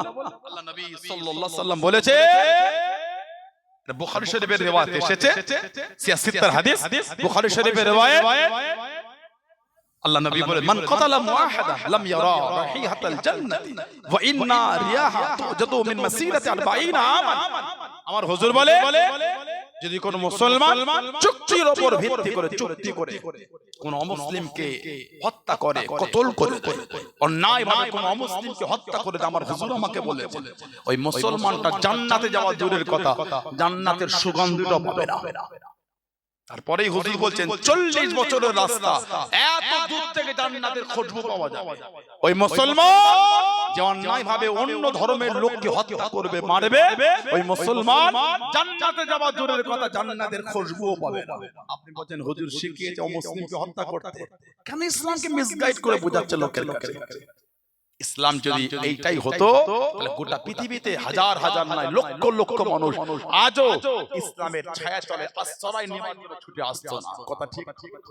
গোটা পৃথিবীতে হাজার হাজার মানুষ ইসলামের নূরের কলিমা পড়ে বর্তমান মুসলমান হয়ে যাচ্ছে। জোরে বলে, আর কি জোরে বলা গেল না? আপনি আলোকে চেপে রাখতে পারবেন না, আলো আপনি আলোকে দাবিয়ে রাখতে পারবেন না, আলোকে যতই চাপার চেষ্টা করেন পারবেন না। আমার এই মোবাইলের ফ্ল্যাশ চলছে, লাইটের পুরো তেজ না দেখতে পেল, লাইট জ্বলছে বলে বুঝতে পারছেন। ইসলামকে আল্লাহ এরকমই করেছে। ইসলাম নূর, ইসলাম জ্যোতি। এই ইসলামের নূর যতই চাপার চেষ্টা করে, যাই দিয়ে চাপেন আল্লাহ ইসলামের নূর গোটা পৃথিবীতে আল্লাহ কিয়ামত পর্যন্ত ছড়িয়েই রেখে দেবেন। জোরে বলো, আর একটু জোরে বলা গেল না? কি জুলুম শুরু হয়ে গেল।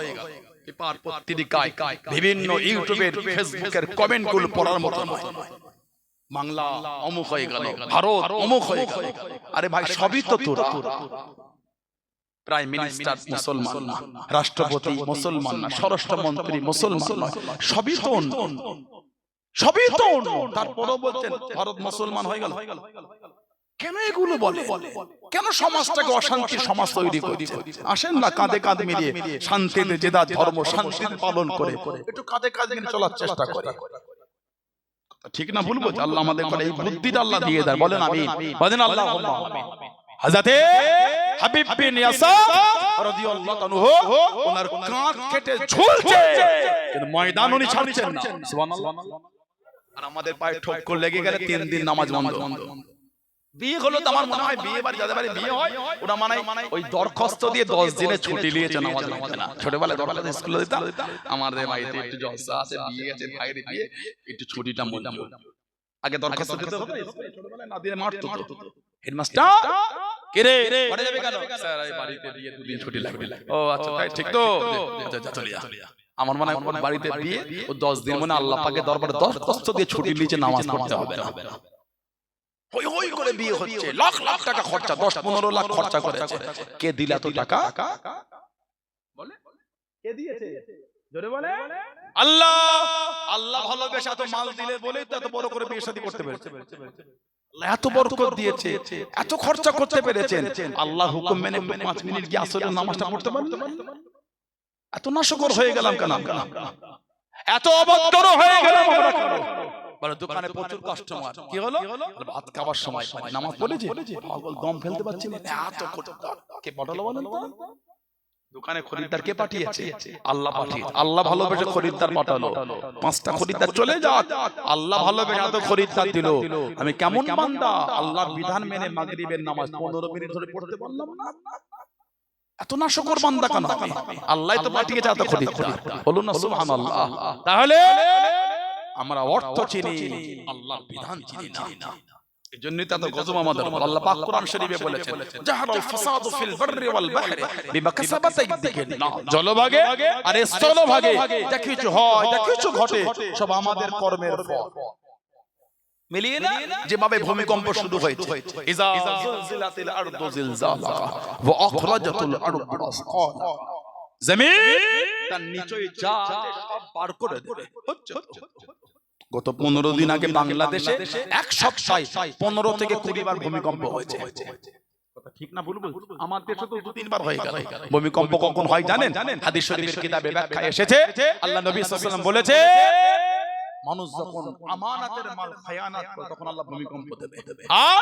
যখন সমাজে জিনাটা আম হয়ে যায়, ফেসবুক খুলে দেখেন, রাস্তাঘাটে বেরোনোর মতো নয়, প্রকাশ্য রাস্তার ধারে মেন ওপেন রোডের গায়ে প্রকাশ্য উলঙ্গ হয়ে ছেলে মেয়েটা জিনা করছে। অন্যজন যারা যায় তাদের লজ্জা লাগে, ওদের লজ্জা লাগে না। ঠিক বলছি না ভুল বলছি? পার্ক গলিতে যেতে পারবেন না। সমাজে যে পার্কগুলি হয়েছে, ফুলের গাছ লাগিয়েছে, বাচ্চাদের দোলনা করেছে, একটু ছোট্ট পুকুর করেছে, প্যাটেলওয়ালা নৌকা লাগিয়েছে, প্যাটেল করে করে ঘোরে, ওই পার্কগুলি এখন যাওয়ার মতো নয়, প্রকাশ্য জিনা চলছে। নাউজুবিল্লাহ জোরে বলতে পারেন না? এই চলে এলো ডিসেম্বর, শেষ হয়ে জানুয়ারি আসছে। আজকে ডিসেম্বরের কত তারিখ বলেন? আজকে ডিসেম্বরে হলো 10 তারিখ, 31 নাইট, 31শে ডিসেম্বর। আমাদের সমাজের আগে ছিল, এখন শুরু হয়ে গেছে। রাত 3টা অবধি ছেলেটা আর মেয়েটা উলঙ্গ হয়ে ঘুরছে, মানে ছোট ছোট পোশাক। ঠিক বলছি না ভুল বলছি? নাউজুবিল্লাহ। জানুয়ারি মাস সমাজে তাকাবার মতো না। জানুয়ারি মাস সমাজে ঘোরার মতো না। উলঙ্গ হয়ে জিনা করে ঘুরে বেড়াচ্ছে। পার্কগুলোতে গিয়ে দেখে এই একটা ছেলে একটা মেয়ে, ওই মেয়েটার পিঠে আরেকটা মেয়ে পিঠ ঠেকিয়েছে, সামনে আরেকটা ছেলে, ওই ছেলেটার পিঠে আরেকটা ছেলে পিঠ ঠেকিয়েছে, সামনে আরেকটা মেয়ে। এত স্বল্প জায়গায় 4-5 জন একসাথে বসে বসে 4-5টা দল হয়ে জিনা করে বেড়াচ্ছে। জোরে বলুন নাউজুবিল্লাহ, জোরে বলুন আস্তাগফিরুল্লাহ। জিনাটা এখন আমাদের সমাজে জিনা আম হয়ে গেছে। জিনা যখন সমাজে আম হবে, আল্লাহ নারাজ হয়, ভূমিকম্প দেবে। খোলেন হাদিস শরীফের কিতাব পড়ে দেখেন। একটাই কারণ, সমাজে অন্যায় বেড়ে গেছে। আল্লাহ নবী সাল্লাল্লাহু আলাইহি ওয়াসাল্লাম বলেছেন, আল হায়াউ শুবাতুম মিনাল ঈমান, লজ্জা যেটা ঈমানের একটা অংশ, ঈমানের একটা অঙ্গ। আমাদের সমাজের কিছু কিছু ছেলে আর কিছু কিছু মেয়ের লজ্জা নাই, ওদের ঈমানের ওই অঙ্গটা কম হয়ে গেছে। এতগুলি ভাই এখানে আছে, যেভাবে আমরা হাম্মাম, বাথরুম, গোসলখানায় যেভাবে শাওয়ার নিই, গোসল করি, আপনি এইভাবে এখানে কাপড় বদলাতে পারবেন বলে মনে হয়? কেন বলেন তো? লজ্জা লাগছে। যেভাবে টয়লেটে বসেন, বাথরুম না টয়লেট, আপনি যেভাবে যান, যেভাবে টয়লেট আপনি গিয়ে ব্যবহার করেন টয়লেটটাকে, আপনি এখানে ওইভাবে বসতে পারবেন? কেন? লজ্জা। ঈমান আছে আপনার। হুজুর বলেছে, আল হায়াউ শুবাতুম মিনাল ঈমান, লজ্জা যেটা ঈমানের একটা অংশ, ঈমানের অঙ্গ। যার লজ্জা নাই, তার ঈমানের একটা অংশ, ঈমানের একটা অঙ্গ কম হয়ে গেল। আল্লাহ আমাদের লজ্জার উপর মজবুত থাকার তৌফিক দান করে, বলুন আমিন। আল্লাহ নবী সাল্লাল্লাহু আলাইহি ওয়াসাল্লাম বলেছেন, তোমরা দুটো জিনিসের গ্যারান্টি দাও, আমি রাসূল তোমাদের জান্নাতের জিম্মা নিয়ে নিই। জোরে বলে, মাত্র দুটো। হুজুর এক নম্বরটা বলেছেন, তোমরা আমাকে তোমাদের জবানের গ্যারান্টি দাও। হুজুর কিন্তু 10টা বলেন, দুটো বলেছেন। এই দুটোর মধ্যে এক নম্বর হলো জবান। তোমরা যদি আমাকে জবানের গ্যারান্টি দাও, আমি নবী তোমাদের জান্নাতের জিম্মা। জবানটাকে আল্লাহ অনেক বড় জিনিস করে। মানুষ এতেই মিথ্যা বলে, মানুষ এতেই হারাম খায়, মানুষ এতেই গালি দেয়।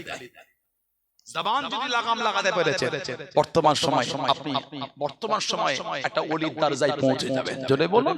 আর 2 নম্বর, তোমরা যদি আমাকে তোমাদের লজ্জা স্থানের গ্যারান্টি দিতে পারো, মানে লজ্জা স্থানকে তোমরা যদি হেফাজত করো, আমি রাসূল তোমাদের জান্নাতের গ্যারান্টি দিয়ে দিলাম। জোরে বলুন। আর কি জোরে বলা গেল না? আমার ভাইয়েরা, বাপজানেরা, ছেলেরা, যুবকেরা, মুরব্বিরা, নামাজি হয়ে যায়। ভাইয়েরা নামাজি হয়ে যায়। কে নামাজ পড়ে না পড়ে আমাদের দেখা দরকার নেই, আমি পড়ি, এই ইমানের জায়গায় মজবুত। কে পড়ে আর না পড়ে আমার দেখার সময় না, আমি পড়ি, এই ইমানে মজবুত। আল্লাহ নবী উহুদের জমিনে চলে গেলেন। ও জমাকে আল্লাহ নবী সাল্লাল্লাহু আলাইহি ওয়াসাল্লাম ইসলামের দ্বিতীয় যুদ্ধ, দ্বিতীয় হিজরিতে উহুদের ময়দানে চলে গেলেন। আল্লাহ নবী সাল্লাল্লাহু আলাইহি ওয়াসাল্লামের একজন সাহাবী হযরত কাতাদা ইবনে নোমান, হযরত কাতাদা ইবনে নোমান রাদিয়াল্লাহু তাআলা আনহুর একটা চোখ বার হয়ে গেল কাফেরদের আক্রমণে, শত্রুদের আক্রমণে একটা চোখ ছুলে গেল। ময়দান ছেড়ে চলে যাচ্ছে না, জায়গা ছেড়ে চলে যায় না। হযরত কাতাদা ইবনে নোমান রাদিয়াল্লাহু তাআলা আনহু আল্লাহ নবী সাল্লাল্লাহু আলাইহি ওয়াসাল্লামের কাছে থেকে দাঁড়িয়ে গেলেন, সামনে থেকে দাঁড়িয়ে গেলেন। আল্লাহ নবী সাল্লাল্লাহু আলাইহি ওয়াসাল্লাম হযরত কাতাদা ইবনে নোমান রাদিয়াল্লাহু তাআলা আনহুর ওই চোখটাকে আল্লাহ নবী আস্তে আস্তে চোখের ওই জায়গাতে রেখে হুজুর আমার দোয়া করে দেন। আল্লাহ পাকের হুকুমে হযরত কাতাদা ইবনে নোমান রাদিয়াল্লাহু তাআলা আনহুর চোখটাকে সুস্থ করে দিলেন। জোরে বলুন সুবহান, আর একটু জোরে বলুন সুবহান। বাইহাকি শরীফের মধ্যে পাওয়া যায় হযরত কাতাদা ইবনে নোমান রাদিয়াল্লাহু তাআলা আনহু হুজুর আমার জানিয়ে দেন, হুজুর আমার শুনিয়ে দেন।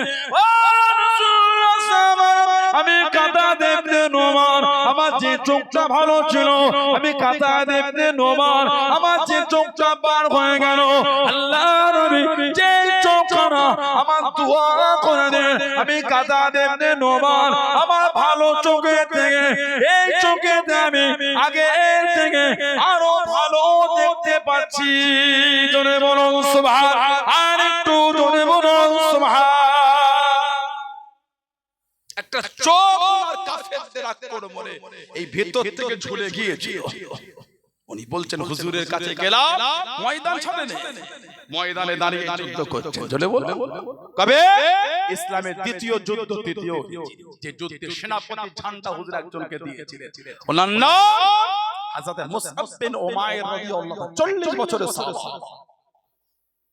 হযরত মুসআব বিন উমাইর রাদিয়াল্লাহু আনহু 40 বছর ওনার বয়স, ঝান্ডা ওনার হাতে হুজুর। ওরে আমার যুদ্ধের ময়দানে নেমে গেলেন। ও জমাকে, ও আমার মুরব্বি বাপ জানেন, মায়েরা বোনেরা মগিরাম, মালাটা কাকে বলে, মুহাব্বত কাকে বলে? আল্লাহ আল্লাহ রাসূলকে কেনা মানেছেন, তাস খেলাটার নাম মানা না, জুয়া খেলাটার নাম মানা না, লটারি কাটার নাম মানা না, মদ খাওয়াটার নাম মানা না, সুদ খাওয়াটার নাম মানা না। ও জমাকে, আল্লাহ রাসূল হযরত মুসআব বিন উমাইর রাদিয়াল্লাহু তাআলা আনহু যুদ্ধের ময়দানে নেমে গিয়ে চিৎকার দিয়ে আওয়াজ দিতে লাগলেন, চিল্লে চিল্লে বলতে লাগলেন, ও মা মুহাম্মাদুর রাসূল কদ খালাত মিন ক্বাবলিহির রাসূল। চিৎকার দিয়ে জানিয়ে দেন, যুদ্ধ করতে করতে কাফেররা ডান হাত কানা কেটে দিল, ওনাকে দমাতে পারলো না, ওনাকে আটকাতে পারলো না। ও যুদ্ধ ময়দান থেকে চলে গেলেন না, যুদ্ধের ময়দানে আল্লাহ দ্বীনের জন্য ঝান্ডাখানা বাম হাতে করে তুলে নিয়ে যুদ্ধখানা চালিয়ে যায়, যুদ্ধখানা করে যায়। হযরত আমার রাসূলের সাহাবী, আল্লাহ নবীর সাহাবী হযরত মুসআব বিন উমাইর বাম হাত কানা কেটে দিল, ওনাকে দমাতে পারলো না, ওনাকে আটকাতে পারলো না। ও জমাকে, ডান হাত কেটে দিল, বাম হাত কেটে দিল, দুটো হাত চলে গেল। আল্লাহ দ্বীনের জন্য যুদ্ধে ঝান্ডা খাড়া দাঁড়িয়ে টুকরি করে চেপে ধরে ঝান্ডা খাড়া তুলে আল্লাহ দ্বীনের জন্য যুদ্ধখানা চালিয়ে যায়। জোরে বলুন সুবহান, আর একটু জোরে বলুন সুবহান। এই ডান হাতকে বেঁচে ঝান্ডা বাম হাতে, ময়দান ছাড়ে নেই। সুবহানাল্লাহ বল। ময়দান কেরে নামাজ পড়লি, দুদিন মাথা তুলতে পারছি না, জ্বর হয়েছে, দুদিন জ্বর, মাথা তুলে নিতে, তাহলে বল নামাজ কে বলল? দাঁড়াতে পারেন না, না বসে পড়েন, বসে পড়েন না, শুয়ে পড়েন। ইশারায় নামাজ পড়েন, মনে মনে হাতটা বেঁধে যেন মনে করছেন আমি রুকুতে, সুবহান রাব্বিয়াল আযীম, সুবহান রাব্বিয়াল আযীম, সুবহান রাব্বিয়াল আযীম, সামিয়াল্লাহু লিমান হামিদা, আল্লাহু আকবার। সিজদা, শুয়ে আছেন কিন্তু মনে মনে হচ্ছে না, তাসবিহ জবানে পড়তে হবে, সুবহান রাব্বিয়াল আলা, সুবহান রাব্বিয়াল আলা, সুবহান রাব্বিয়াল আলা, আল্লাহু আকবার। আবার সিজদা, আল্লাহু আকবার, সুবহানাল্লাহ। নড়ছেন না কিন্তু মনে মনে হচ্ছে সিজদা। ইশারায় পড়েন, আল্লাহ পাক তো সুযোগ রেখেছে, সুবহানাল্লাহ। আজরে বলবেন না কিন্তু নামাজ না, ডান হাত কেটে যে ঝান্ডা বাম হাতে, আহা বলুন না সুবহানাল্লাহ। ডান হাত কেটে বাম হাতে, বাম হাত কেটে যে দুটো হাত না, যাতে মুসআব বিন উমাইর রাদিয়াল্লাহু তাআলা 40 বছরের সাহাবী, হুজুরের সাহাবা সংখ্যা কম বেশি 1.5 লক্ষ, এই 1.5 লক্ষের মধ্যে উনি একা, 1.5 লক্ষের মধ্যে একা আল্লাহর দ্বীনের জন্য কাটা হাত দিয়ে ঝান্ডাটাকে টিপে এই দাঁড়িয়ে থুতনির নিচে দিয়ে দাঁড়িয়ে দিয়ে বুকের মধ্যে চিপে ধরে মুখটাকে ঘুরিয়ে ঝান্ডা কাট করে তুলে তখনও দ্বীনের জন্য যুদ্ধ করে যাচ্ছে। জোরে বলো, আর কি জোরে বলা গেল না? হযরত কাতাদা ইবনে নুমান রাদিয়াল্লাহু আনহু একটা চোখ ওনার ঝুলে গিয়েছিল কাফেরদের আক্রমণে, ময়দান ছাড়ে হুজুরের কাছে দাঁড়িয়েছে, হুজুর ওই চোখটা তুলে চোখে রেখে দোয়া করলেন, উনি বলতে আল্লাহ চোখ ভালো করে দিয়েছে। উনি বলছেন যেটা ভালো চোখ ছিল ওটা চাইতে হুজুর যেটা হাত দিয়ে দোয়া করেছে আমি এটা তার ভালো দেখতে পাচ্ছি। জোরে বলো, আর কি জোরে বলা গেল না? সেই সাহাবাদের জীবনী পড়েন, তবেই তো মানা, তবেই তো ভালোবাসা। তোলা বাড়ি হয়ে গেল, ধনী হলেন, গাড়ি কিনেছেন, জমি জায়গা কিনেছেন, আর জমিনে পা ঠেকছে না, এবার তো হাওয়ায় উড়ে উড়ে ঘুরে বেড়াচ্ছে। জানবে আল্লাহর দরবারে দিতেও সময় লাগে না, নিতেও লাগে না, কোন সঙ্গে সঙ্গে ফায়াকুন ভিখারি হয়ে যাবে। ইতিহাস ঘেটে দেখে লেগে যান কত জমিদার লোকের কাছে ভিক্ষা করে লাশ জীবন কাটিয়েছে। আপনি তো 3টে গাড়ি কিনে ভেবেছেন ভারতের, গোটা ভারতের ধনী আমি, ভারতবর্ষের ধনী আদানি তো মুকেশ আম্বানি বলে। আপনার অসুবিধা হয়েছে, আমি আসাতে রাগ হয়ে গেল, একটু রেসপন্স দেন। নারায়ে তাকবীর, অজয় কালনাঙ্গা এলাকায় এত ভালোবাসা, 2 বছর 3 বছর ধরে ঘুরে পাই না, আর এই হুজুরটা গ্রামে এলো তাকবীর কিসে ঠান্ডা লেগে গেল, মুখ গাঢ় করে কি কঠিন অবস্থা। নারায়ে তাকবীর, নারায়ে তাকবীর, নারায়ে তাকবীর। আহলে সুন্নাত ওয়াল জামাত, আহলে সুন্নাত ওয়াল জামাত সিলসিলায়ে মুজাদ্দিদুস জামান, নারায়ে তাকবীর বলে। গোটা ভারতবর্ষের ধনী মুকেশ আম্বানি, ওনার একটা ভাই আছে, নাম জানেন? কি নাম বলেন? অনিল আম্বানি। নাই, যখন ছোট ছোট ছিলাম তখন একটা ভালো একটা নাম বাজারে চলতো, রিলায়েন্স। এখন কিছু কিছু পাম্প আছে, তখন ওই রিলায়েন্সের এটা ওই অনিল আম্বানির নামে একটু পরিচয় বেশি ছিল। একটা ফোন বার করেছে রিলায়েন্স কোম্পানি, ওই সিম কার্ড এক্সট্রা যে আমরা দিই না, ওটা ফোনের সাথে সিম থাকতো, হ্যাঁ ক্লাসিক সিম, খালি রিচার্জ করলে হতো, 1 বছর 2 বছর রিচার্জ হয়ে আসতো, সিম লাগতো না, ওতে পুরো বিচনটা পুরো সাঁটা, ওতে সিম থাকতো, এক্সট্রা দিতে হতো। অনিল আম্বানি আপনি জানেন হাজার হাজার কোটি টাকা ঋণী হয়ে আছে। একটা সময় যে ভারতের ধনীর টপ র্যাঙ্কে থাকতো 1 থেকে 3 এর মধ্যে, সে এখন ভিখারি হয়ে গেছে। তখন মালটা কে দিয়েছিল বলেন? এখন নিয়েছেন কে? আপনি 3 তলা বাড়ি মালিক হয়ে অমন করছেন, কি ভাবছেন আপনি? বিরাট কিছু হয়ে গেছে কিচ্ছু। আল্লাহ চাইবেন পথের ভিখারি হবে, 1 টাকা 2 টাকা করে দেবেন, ওই চেয়ে মেগে খাবে। অহংকারটা ভালো না, ভদ্র হন, নম্র হন, সভ্য হন। আল্লাহ দিয়েছেন, আলহামদুলিল্লাহি রাব্বিল আলামিন। আল্লাহ সব প্রশংসা তোমার, তুমি আমাকে দিয়েছো, আমি যে গোলামের বাচ্চা গোলাম, বলুন সুবহানাল্লাহ। আর কে জলে বলা গেল না? এই মনের কাইফিয়ত তৈরি করে কিসের টাকার গরম দেখাচ্ছে? আপনাদের এলাকায় তালডাঙ্গা, এই গাদামারা, পাপতারা, কদমা, এই অদ্দ চচ্চরে, রাজবেরা, এসব এলাকায় বিয়ে শাদী হলে চটে বসে খেতে দেয়, চটে বসে খেতে দেয়। এটা আমার দিকে তাকা তাই বলে মনে হয় আপনাদের না, দিলে বসবে, চট দিলে বসবে বিয়ে বাড়িতে। বসবে বলে মনে হয়, চেয়ার টেবিল করে বসতে চাই না, বাড়িওয়ালা ভাই বসে জানা ভাই গাছ আরে ঘুরে দেখি না ভাই বস না ভাই খেয়ে নে না ভাই, আরে বসছি চারবার খোসামতির পরে বসেছে খেতে, ঠিক না ভুল বলছি? বাড়িওয়ালা বলে ভাই একটু বসে ভাই বসে খেয়ে, আরে খাবো রে ভাই না খান না না আমি খাবো একটু খানা ভাই খুশি খুশি কত খোসামতি বসিয়েছে ওকে। আর আজকে জলসা হলো কাউকে বলতে হয় না, টুক টুক টুক টুক করে ওয়াজ হচ্ছে, সব লোক কোটিপতিটা এসে চটে বসে গেল। কেন জানেন? আল্লাহ আল্লাহ রাসূলের ভালোবাসা। জোরে বলে জোরে বলা গেল না, আল্লাহ আল্লাহ রাসূলের কাছে নিজের টাকা পয়সা কলম চলে কিসের গরম?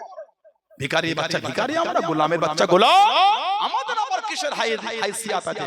আল্লাহ আল্লাহ রাসূলের কাছে অহংকার থাকা আস্তাগফিরুল্লাহ, আমরা যে গোলামের বাচ্চা গোলাম, আমাদের আবার কিসের অহংকার? সমস্ত সাহাবাদের মধ্যে যিনি ধনী ছিলেন ওনার নাম ছিল হযরতে আব্দুর রহমান ইবনে আওফ রাদিয়াল্লাহু তাআলা। হুজুরের যত সাহাবা ছিলেন সবার মধ্যে উনি ধনী ছিলেন। জোরে বলে, গোটা পৃথিবীর সবথেকে ধনী লোকটার নাম হলো ইলন মাস্ক, বর্তমান যিনি গোটা পৃথিবীর ধনী, ওনার নাম ইলন মাস্ক। সাহাবী আব্দুর রহমান ইবনে আওফ রাদিয়াল্লাহু তাআলা জীবনী পড়লে পাবে আব্দুর রহমান ইবনে আওফ রাদিয়াল্লাহু আনহু হুজুর আল্লাহ ইলন মাস্কের থেকে 7 থেকে 8 গুণ মাল আল্লাহ সাহাবীকে বেশি দিয়েছে। আর জোরে বলা গেল না, ইন্তেকালের আগে 4 লক্ষ দিরহামের একটা খেজুরের বাগান আমার হুজুরের আহলি মানে আমাদের আম্মা জানদের করে হাদিয়া করে গেছেন। বলুন না সুবহানাল্লাহ। আমার স্ত্রী ছিল 4টে, কটা? 4টে স্ত্রী ওনার। এখন তো এই এটা নিয়েও কত রকম টিটকিরি চলছে, কি রে তোদের তো 4টে বিয়ে চলে? হ্যাঁ আলহামদুলিল্লাহ, এটা আমরা গর্বিত, আমরা খুশি, আমার শরীয়তের বিধান। আল্লাহ 4টে বিয়ে যায়, 4টে করতে হবে, ওটা আমরা আলহামদুলিল্লাহ একটাই খুশি, বলুন আলহামদুলিল্লাহ। আল্লাহ আমাদের প্রত্যেককে স্বামী স্ত্রী ভালোবাসা দাও, বলুন আমিন, বলুন আল্লাহুম্মা আমিন। 4টে যায় তবে আলহামদুলিল্লাহ আমরা এক স্ত্রীতে খুশি, কিন্তু ইসলাম আমাকে 4টে পারমিশন দিয়েছে। বুঝতে পারেন আমাদের 4টে যায় তাতেই কত রকম কি হয়ে গেল, কতজন 4000 অবৈধ রেখে বসে আছে। 4টে বৈধ ভালো না 4000 অবৈধ? আমার দিকে তাকা, কদিন বছর দেড়েক আগে সে কোন রাজ্যের একটা মন্ত্রীর ছেলে, তার কাছে পেন ড্রাইভ পাওয়া গেল, 1000 মহিলার উলঙ্গ ভিডিও পাওয়া গেছে। এই বছর দেড়েক আগে কোন রাজ্যের মন্ত্রী, তার কাছে 1000 কম বেশি উলঙ্গ মহিলার ভিডিও পাওয়া গেছে। নোংরা কাজ চালাচ্ছে। মুসলমানের 4টে বিয়ের থেকে বুক চচ্চর করছে, ইসলামটাকে গালি দিচ্ছ, ওগুলোকে কি আটকাবে? ইসলামকে ঘাটাতে যেও না, সব ঘেটে যাবে। ইসলামের ইজ্জত আল্লাহ দিয়েছেন। জোরে বলে, আরেকটু জোরে বলা গেল না, আরেকটু জোরে বলা যাবে না। আমার ভাইয়েরা হযরতে আব্দুর রহমান ইবনে আওফ রাদিয়াল্লাহু আনহু ওনার স্ত্রী ছিল 4টে, এত দিনার রেখে গেছিলেন, দিনার টাকা। এই এক একটা স্ত্রী ইন্ডিয়ান রুপিতে ভাগ পেয়েছেন 300 কোটি করে। আর একটা বর্ণনা আছে এক একটা বউ ভাগ পেয়েছে 400 কোটি করে। জোরে বলে, তাহলে কত টাকার মালিক? এত স্বর্ণ রেখে গেছিলেন, সোনা গোল্ড। ওই ফজরের পরে কুড়ুল দিয়ে কাটা শুরু হয়েছে, আত্মীয়দের মধ্যে ভাগ হবে। স্বর্ণ কাটা হচ্ছে কুড়ুল দিয়ে, কুড়ুল দিয়ে কাটে, জোহর হয়ে গেছে তখনও কাটা চলছে। আর যারা যারা কুড়ুল দিয়ে কেটেছিল ওদের হাতে খোসা উঠে গেছে। এত ধনী ছিলেন সাহাবী। আল্লাহ নবী ইসলামে প্রথম যুদ্ধে চলে গেলেন, ও যুবক সিজদা পড়ে গিয়ে জাজার হয়ে গেলেন, চোখে পানি ফেলে ফেলে গেলেন, ও রব্বি আল্লাহ, আজকে দিনে যদি গেলে যায়, দিন মানার কেউ থাকবে না, ইসলাম মানার কেউ থাকবে না। আল্লাহ আপনার ওয়াহদানিয়াত মানার কেউ থাকবে না, আমি নবী আমাকে মানার কেউ থাকবে না, ইসলামের ঝান্ডা তোলার কেউ থাকবে না। ও যুবক, আল্লাহ নবী জাজার হয়ে গেলেন, হযরত আব্দুর রহমান ইবনে আওফ রাদিয়াল্লাহু তাআলা আনহু আল্লাহ নবী সাল্লাল্লাহু আলাইহি ওয়াসাল্লামের কাছে দিয়ে দাঁড়িয়ে গেলেন, পাশে দিয়ে দাঁড়িয়ে গেলেন, মাথা থেকে পা পর্যন্ত একটি জায়গাতে চিরা তলোয়ার লাগাতে রক্তকণা ঝরে, রক্তকণা টপকায়। আল্লাহ নবীর কাছে দিয়ে দাঁড়িয়ে গেলেন, ইয়া রাসূলুল্লাহ হাবিবাল্লাহ, ইয়া রাসূলুল্লাহ হাবিবাল্লাহ। আল্লাহ পাকের নবী সাল্লাল্লাহু আলাইহি ওয়াসাল্লাম বেয়াদবি মাফ করুন, গুস্তাখিটা ক্ষমা করুন। আমি আব্দুর রহমান ইবনে আওফ শরীরের মধ্যে এক ফোঁটা রক্ত থাকা পর্যন্ত এই জমিন আপনাকে একা রেখে যাব না। জোরে বলুন সুবহান, আর একটু জোরে বলুন সুবহান। মাথা থেকে পা পর্যন্ত 31 জায়গায় তীর আর তলোয়ার। তখনও বলছে হুজুর শরীরে এক ফোঁটা রক্ত থাকা পর্যন্ত পাশে দাঁড়িয়ে হুজুর যুদ্ধ করে যাও। জোরে বলে, এটা হলো ঈমান, এটা হলো মানা, এটা হলো মুহাব্বত। আল্লাহ আমাদের বোঝার তৌফিক দান, আল্লাহ আমাদের করে শরীয়তের বিধানে মজবুত রাখেন। বলুন আমিন। আল্লাহ আমাদের প্রত্যেককে আল্লাহ আমাদের মা বোনদের দ্বারা 5 ওয়াক্ত নামাজ আল্লাহ কায়েম করিয়ে দেন। বলুন আল্লাহুম্মা আমিন। জোরে বলেন আল্লাহুম্মা আমিন। একটু দুরূদ শরীফ আল্লাহুম্মা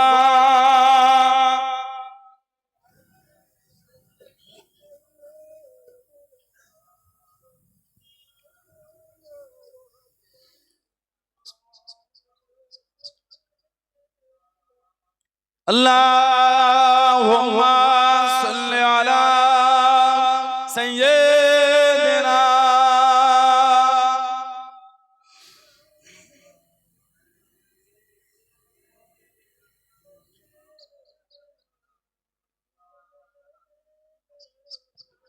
तो को जा मनो को जा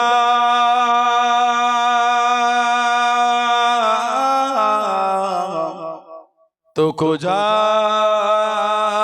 मनो को जा तो को जा मनो को जा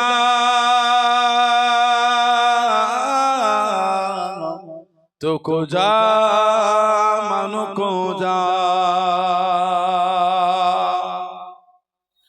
तो मेरे हाल में फकीर आजम, तो मेरे हाल में फकीर आजम, तेरे गुण और लब में तलब ही तलब, तेरे गुण और लब में तलब ही तलब, तो अता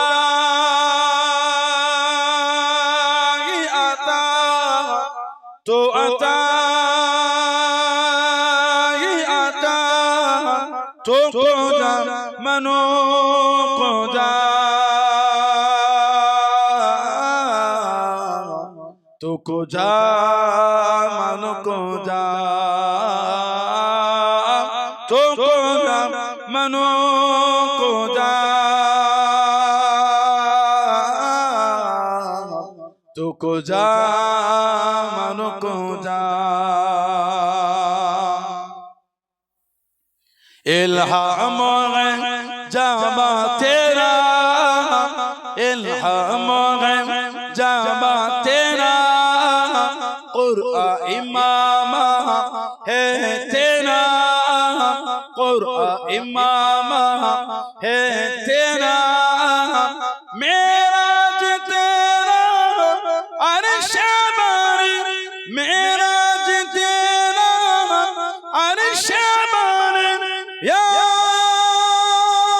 रहमतल लिल आलमीन, तो को जा मनो को जा तो को जा मनो को जा तो को जा मनो को जा तो को जा मनो को जा खैरुल बशर रुतबा तेरा, खैरुल बशर रुतबा तेरा, आवाज़े खुतबा तेरा, आवाज़े खुतबा तेरा, आफाक तेरा शमाए, आफाक तेरा शमाए, साए से जिब्रील ले आए, या रहमतल लिल आलमीन, तो को जा मनो को जा तो तुको जा मानो को जा तुको जा मानो को जा तुको जा मानो को जा अल्लाहुम्मा सल्ले अला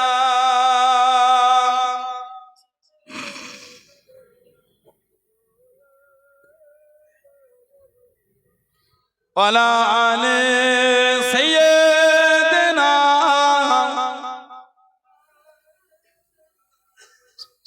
আমার ভাইরা বাপজানেরা ছেলেরা যুবকেরা মুরব্বীরা মায়েরা বোনেরা মেয়েরা মহিলারা ভালো হন শরীয়তের মধ্যে আসে মরো আমার আপনার একদিন হবেই কবরে আপনাকে আমাকে একদিন যেতে হবেই হবে আল্লাহর আদালতে কি মুখ দেখাবো আপনাদের তালডাঙ্গা এই যে ঈদগাহ এর পাশে কবরস্থান নাকি কবরস্থান কোন দিকে 16 আনার কবরস্থান একটা ছোট বড় হলো কোথায় তাহলে এখানে পাশে আছে এই পাশে কবরস্থান গিয়ে দেখেন সব মুরব্বিগুলো কাতারে কাতারে ঘুমাচ্ছে কি ঠান্ডা কি গরম কি রৌদ্র কি বর্ষা কোন নেই সব শুয়ে আছে আহা কিছু কিছু কবরের স্থানে গিয়ে কবর গিয়ে দেখবে বাঁশগুলি ভেঙে ভেঙে ঢুকে গর্ত হয়ে আছে এগুলো আপনাদের এলাকায় দেখা যায় না কবরে বাঁশ ভেঙে ভেতরে ঢুকে গিয়েছে পানি হলে ওই কবরগুলির কাছে গিয়ে উকি মেরে গিয়ে দেখবেন কবরের নিচে পানি জমে আছে কাদা হয়ে আছে একদিন আমি আপনিও মুরব্বিদের বুকের কাছে গিয়েই শোবো পানি হলে যেদিন আমাদের কবরের বাঁশ ভেঙে ঢুকে যাবে সেদিন আমাদের কবরও পানি জমবে ও যুবক ভয় হয় না ও যুবতী বোনেরা ভয় লাগে না এত বিয়াদবি এত হিমাগতি এত অহংকার কিসের আমাদের একটু ময়লা লেগেছে কতবার খালি ধুয়েছে গরিবের হাতটা ঠেকে গেল কেন আমি করছি কাজে কোথা থেকে ভিখারি চলে এলো আহা ওর গায়ে যদি ময়লা না থাকে নোংরা যদি না থাকে কেন তুমি অমন করলে তুমি যদি গরিব হয় ওই যদি আল্লাহ ওকে বড় লোক করতো তোমাকে যদি ওরকম করতো তোমার মনটা কেমন হতো ধুলো ময়লা অবশ্যই ঝাড়তে হবে ইসলাম বলে তাহুর শাতরুল ঈমান পবিত্রতা হলো ঈমানের একটা অঙ্গ সুবহানাল্লাহ বলে পবিত্রতা ঈমানের অঙ্গ পরিচ্ছন্ন থাকে আলহামদুলিল্লাহ কিন্তু গরিবের হাত লাগলো গরিবটা ও তো নোংরা না কিছু কিছু লোক আছে ইদানিং এগুলো ছিল কারণ কি জানেন অন্তর আল্লাহ আল্লাহর রাসূলের প্রেম কমে গেছে আর আল্লাহ ওয়ালাদের সোহবতে বসেন না বলে এই অহংকার গুলো তৈরি হচ্ছে মসজিদে গরিবের পাশে দাঁড়াতে চায় না তাই তুই সরে যা আহা আমার হুজুর সাল্লাল্লাহু আলাইহি সাল্লাম হযরত বিলাল রাদিয়াল্লাহু তাআলার কাছে নিয়েই কিন্তু হুজুর বসতেন বলুন না সুবহানাল্লাহ হুজুরের কাছে ইহুদিদের একটা দল চলে এলো আমরা আপনার কাছে আসতে পারি মুসলমান হতে পারি তবে এইগুলিকে আপনার পাশে রাখলে হবে না আমাদের জায়গায় হবে হুজুর বললেন না তোমরা দিনে আসবে না আসবে ওটা তোমাদের তবে এইগুলিকে আমি রাসূলুল্লাহ ছাড়তে পারবো না সুবহানাল্লাহ বলে আর যদি বলা গেল না ইসলাম কে মুচি কে মাতর কে গরিব কে বড় লোক কে অসহায় ইসলামের কোনো ব্যাপার না মুচি ছেলেটা ইমাম জমিদারের বাচ্চারা মুক্তাদি পিছনে নামাজ পড়ছে এটা হলো ইসলাম বলুন সুবহানাল্লাহ মাতর ছেলে ইমাম মাতর ছেলে ইমাম মাতর ছেলে নামাজ পড়ে পিছনে নেতাটা মাতর ছেলের পিছনে ইক্তেদা করে নামাজ পড়ছে জোরে বলো গরিব ভিখারির বাচ্চাটা হলো মসজিদের ইমাম পিছনে গ্রামের সবথেকে কোটিপতি লোক গরিবের বাচ্চার পিছনে দাঁড়িয়ে ইক্তেদা করে নামাজ পড়ছে এটার নাম হয় ইসলাম জোরে বলে কোথা থেকে অহংকার চলে এলো আমাদের মধ্যে কোথা থেকে এত হিমাগতি আমাদের মধ্যে নাউযুবিল্লাহ মিন যালিক মন ভালো করে মরণ আমার আমার হবেই হবে ধনী লোক বলে কবরে এসি লাগাবে না জমিদার বলে কবরে মার্বেল লাগাবে না ওই মাটির 3.5 হাত ঘর আপনার কাপড়টা ভেলভেটেরও হবে না আর দামিও হবে না ওই সাদা কাপড় সাদা কাপড় জড়িয়ে ছেলে হলে 3টে কাপড় মেয়ে হলে 5টা কাপড় ওই জড়িয়ে ওই দাফন মাদফুন হয়ে গেল মাটি চাপাতে চলে ভয় হয় না সেদিনের জন্য আল্লাহ পাক আমাদের এগুলো বুঝার তৌফিক দান আল্লাহ। আমাদের মনগুলি আল্লাহ নোংরা থেকে ঘুরিয়ে দেয়, বলেন না আমিন। আল্লাহ আমাদের ভাইদের মন মদের আড্ডা, তাসের আড্ডা, জুয়ার আড্ডা, সাতটার আড্ডা, লটারির আড্ডা, সুদের আড্ডা থেকে আল্লাহ এদের মনগুলো ঘুরিয়ে দেয়, বলেন না আমিন। চলে বলেন আমিন। হুজুর বলেছে মদখোর জান্নাতে যাওয়া দূরের কথা, জান্নাতের সুগন্ধিও পাবে না। আমি বলিনি, নবী বলেছেন। এবার আপনি আপনার জায়গা ঠিক করে নেন, আপনি যাবেন, আমি বলতে পারবো না। হুজুর বলে মদখোর জান্নাতে যাওয়া দূরের কথা, জান্নাতের সুগন্ধিও পাবে না। আপনি মদ খেয়েছেন, আপনি বিচার করেন, আপনি থাকবেন কোথায়? আমি বলতে পারবো না। আয়নার সামনে দাঁড়াবেন, নিজের মুখটা আয়নায় দেখবেন আর মনটাকে প্রশ্ন করবেন, আমি যে এই অন্যায়গুলো করি ঠিক করি না ভুল করি। কাউকে বলতে হবে না, আপনার মন আপনাকে সাক্ষী দিয়ে দেবে। জীবন তৈরি করেছেন কারা? জীবন তৈরি করেছে আল্লাহর ওলি, আল্লাহ পাকের নেক বান্দা হযরতে খাজা কুতুবউদ্দিন বখতিয়ার কাকি রাহমাতুল্লাহ। জোরে বলা গেল না? ওনার পীর ছিলেন হযরতে গরিবে নওয়াজ খাজা মাঈনুদ্দিন চিশতি আজমিরি সিনজারি রাহমাতুল্লাহ। সুবহানাল্লাহ হলো না? ওনার পীর ছিলেন খাজা হযরতে উসমান হারুনি রাহমাতুল্লাহ। জোরে বলা গেল না? ওনার পীর ছিলেন আল্লাহর ওলি খাজা শাহ শরীফ জিন্দানি রাহমাতুল্লাহ। জোরে বলো। খাজা কুতুবউদ্দিন হুজুরের খলিফা ছিলেন হযরতে খাজা ফরিদউদ্দিন গঞ্জে শকর রাহমাতুল্লাহ। জোরে বলা গেল না? ওনার খলিফা ছিলেন হযরতে খাজা মাহবুব ইলাহি নিজামউদ্দিন আউলিয়া রাহমাতুল্লাহ। জোরে বলে। আর ওনার খাস খাদেম ছিলেন ভারতের তুতা পাখি, কে বলেন তো? আমির খুসরু। ওনাকে বলা হয় ভারতের তুতা পাখি, আমির খুসরু। ওই সারা দিন দিল্লিতে কোথায় কি অসুবিধা অশান্তি হয়েছে, ওই ঈশান নামাজের পরে পীরের কাছে মাহবুব ইলাহি নিজামউদ্দিন আউলিয়া দিল্লি জমিনে শুয়ে আছে। ওনার এই কদমের কাছে বসে বসে একটা করে বলতে, হুজুর এখানে আজকে এই অশান্তি, এখানে এই অশান্তি, হুজুর এই অশান্তি বলতেন।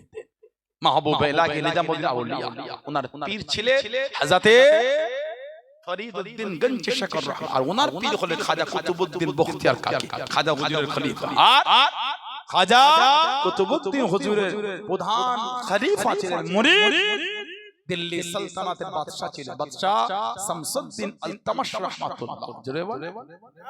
দেশের বাদশা ওনার মুরিদ, দেশের এখন যুবকদের মধ্যে চলে মডার্ন, এখন সব পীররা চলে না, মুরিদ ও আগেকার বুড়ো লোকেরা হয়েছে। তাই আল্লাহ ওয়ালাদের সোহবতে বসলে মন নরম হয়, চরিত্র ভালো হয়। তুমি বলছো কোনো বেকার, আস্তাগফিরুল্লাহ। আল্লাহ পাক বলছেন ইয়া আইয়ুহাল্লাযীনা আমানু তাকুল্লাহ, হে ঈমানদার বিশ্বাসী বান্দা বান্দি, আমি আল্লাহ আমাকে ভয় করো আর ওয়াকুনু মা'আস সাদিকিন, সত্যবাদী খোদাভীরু আল্লাহ ওয়ালা ওনাদের সোহবত দলবদ্ধ হওয়ার জন্য আল্লাহ হুকুম দিয়েছে। জোরে বললেন না সুবহানাল্লাহ। হযরতে বাদশা শামসুদ্দিন আল-তামাল, দিল্লি সালতানাতের বাদশা, জীবনে তওবা করা থেকে গেলে 5 ওয়াক্ত নামাজের এক ওয়াক্ত কোনদিন কাজা হয় না। এটা বলবেন না? 5 ওয়াক্ত নামাজ তাকবীরে উলা, তাকবীরে উলা 5 ওয়াক্ত নামাজ আদায় করতে। জোরে বলো। আর জীবন তাহাজ্জুদের নামাজও কাজা দেয়। এখন তো আলেম ওলামারা তাহাজ্জুদের নামাজ পড়ে না, সাধারণ লোক আপনারা পড়বেন কি করে? আমাদের থেকে তো শিখবেন আপনারা। বর্তমান আলেম ওলামারা তাহাজ্জুদ 5 ওয়াক্ত নামাজ কতজন পড়ে না, কত বক্ত ওয়াজ করে বেড়াচ্ছে। এই নেটে দাওয়াত করেছো, নেটে ভাটিয়া টান মারলো, নাম্বারটা নিচে লিখে দিল, দাওয়াত খালি হবে। তালডাঙ্গা থেকে বলছি গাদামারা, ও এখানে আছে, আমার তো একটু দূরে হবে, তো দেখছি। হ্যাঁ খালি আছে, নিয়ে না, সেই ওই গজলটা সেই ভাটিয়া টান দিলে দাওয়াত করলে। চেনে বাজারে একটা ভালো প্রোডাক্ট কিনতে গেলে দোকানদার বলে এতদিন এটা কিনলি, এটা কেন না, কি বলতো একই জিনিস, ভালো কোম্পানি না, বেশি নতুন জিনিস, তুই ওইটাই দে। একটা 10 টাকার প্রোডাক্ট কিনতে গেলে 5 জনকে জিজ্ঞাসা করছে কোনটা ভালো হবে বলতো, কথা বলতে না। 5 টাকার প্রোডাক্ট 10 টাকার প্রোডাক্ট কিনতে গিয়ে 3 জন 5 জনকে জিজ্ঞাসা করতে পেরেছে। একটা আলেমের জবান থেকে অশুনবেন, আলেমের চরিত্র জানলেন না তো। আরে বক্তার কাছ থেকে অশুনলেন, বক্তার চরিত্র জানলেন, শুনলেই হয়ে গেল। নেটে 3টে ভিডিও দেখে দাওয়াত করলে হয়ে গেল। ওর জন্য তো আমাদের আমলের নূর পাচ্ছি না। ওই জায়গা থেকে বসিয়ে না, যাকে দাওয়াত করবেন তার চরিত্র জানতে হয়। ইনি চরিত্রের দিক থেকে কেমন দাঁড়ালো, অত সহজ আমল না থাকলে বক্তা ওয়াজে নূর আমাদের অন্তর আসবে। হুজুরটা যদি নিজেই নামাজ না পড়ে আপনি নামাজ পড়বেন কি করে? আমি হজ করছি তো, নামাজ পড়ো নামাজ পড়ো নামাজ পড়ো, হুজুরটাই পড়ে ফজর কাজা, জোহর কাজা, আসর কাজা, মাগরিব কাজা, এশা কাজা, পাঁচ ওয়াক্ত কাজা। আমি এসে বলছি নামাজ পড়ো নামাজ পড়ো, এই নামাজ পড়ো এই শব্দটা আপনার অন্তরে গিতবে না। কেন? আমি আমল করি, আপনাকে বলছি আমল করুন। দেখে মনে করতে ফেরেশতা বসে আছে। ওই জন্য যাকে তাকে দাওয়াত করতে হবে, যাকে দাওয়াত করবে ওনার চরিত্র জানতে হয়, ব্যবহারটা কেমন, বাপ মার খেদমত করে এই বক্তাটা। জানেন বাজারে কত বক্তা ওয়াজ করছে, ঘরে থাকে না, রুম ভাড়ালে বিভিন্ন জায়গায় থাকে, অন্য জায়গায় ঘর করেছে, বাপ মা ঠান্ডায় কেঁপে কেঁপে মরে যায়, আর বক্তা দুদিন দাওয়াত পেয়ে ভালো ঘর করে বউ কিনে অন্য জায়গা থেকে বাপ মাকে ভাত দেওয়ার জন্য খবরটাও নাই। ওই বক্তাটা হলো জাহান্নামী। অত সহজ ওয়াজ করলে হয়ে গেল। বাপ মাকে দুঃখ দিয়ে নাজাত পাওয়া যাবে বলে মনে হয় আপনাদের?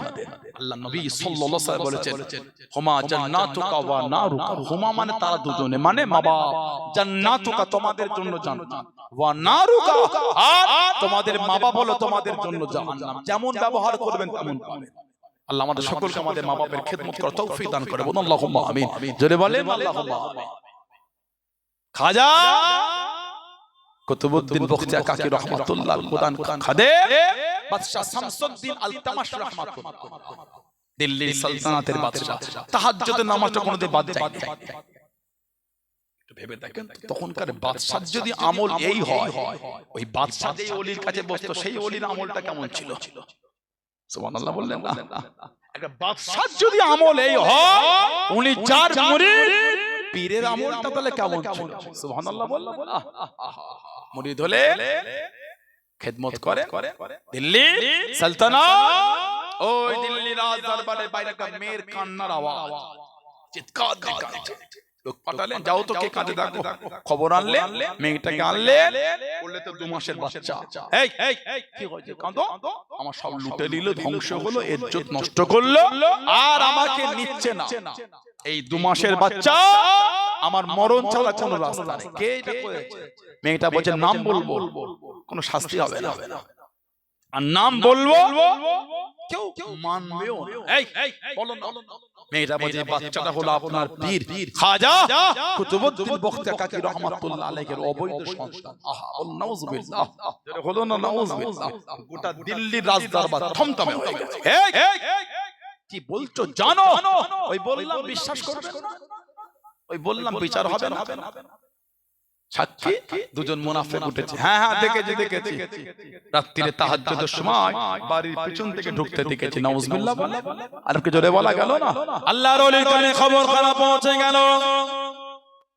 ও যুবকেরা, ও আমার মুরব্বি বাবারা, মায়েরা, বোনেরা, বন্ধুরা, আল্লাহর ওলি হযরত খাজা কুতুবউদ্দিন বখতি কাকি রহমাতুল্লাহ আলাইহি কাঁদতে কাঁদতে চলে গেলেন, চোখ ভরা বানিয়ে দিল্লি রাজ দরবারে চলে গেলেন। সবাই থেকে দাঁড়িয়ে পড়েন, সবাই থেকে উঠে পড়েন। ও যুবক, আল্লাহর ওলি চোখ ভরা বানিয়ে কেঁদে কেঁদে জানিয়ে দেন আজকে উঠা লাগবে না, আজকে দাঁড়ানো লাগবে না, সবাই বসে যান, বসে যান। আজকে আমি পীর হিসাবে আসি না দিল্লির রাজ দরবারে, আজকে আমি আসামি হিসাবে এসেছি। আজকে দাঁড়ানো লাগবে না, আজকে উঠা লাগবে না, আজকে সবাই বসে যান। আমার এই আশাটা এখন আমি পীর হিসাবে আসি না, আমি এখন দিল্লির রাজ দরবারে একটা আসামি হয়ে এসেছি। আহা বুকটা ফেটে যাচ্ছে। আহা এই মেয়ে কে তুমি? আমি তো চিনি না তোমায়। মুনাফিক গুলো বলে সম্পর্ক করে এখন নরম কথা বলে মন গলা।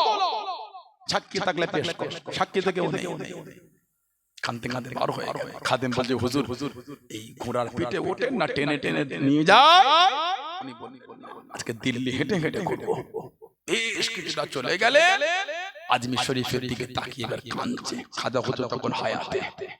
ওহ চোটটা ঠিক কলিজায় লেগে গেল। হুজুর আমি লাওয়ারিস, আপনি আমার পীর এখনো জিন্দা আছেন, যে যা খুশি বলে চলে যাবে হুজুর হবে না। আপনি আমার পীর, এই বিচারটা কিন্তু আপনাকেই করতে হবে। আমার নামে জিনা তোহমত দিয়েছে, ইলজাম দিয়েছে, আপনি হায়াতে বিচার আপনাকে করতে হবে। হুজুর আমার বাড়ি চলে গেলেন। হুজুর আমার বাড়িতে ঈশার নামাজ পড়ে ঘুমিয়ে গেলেন।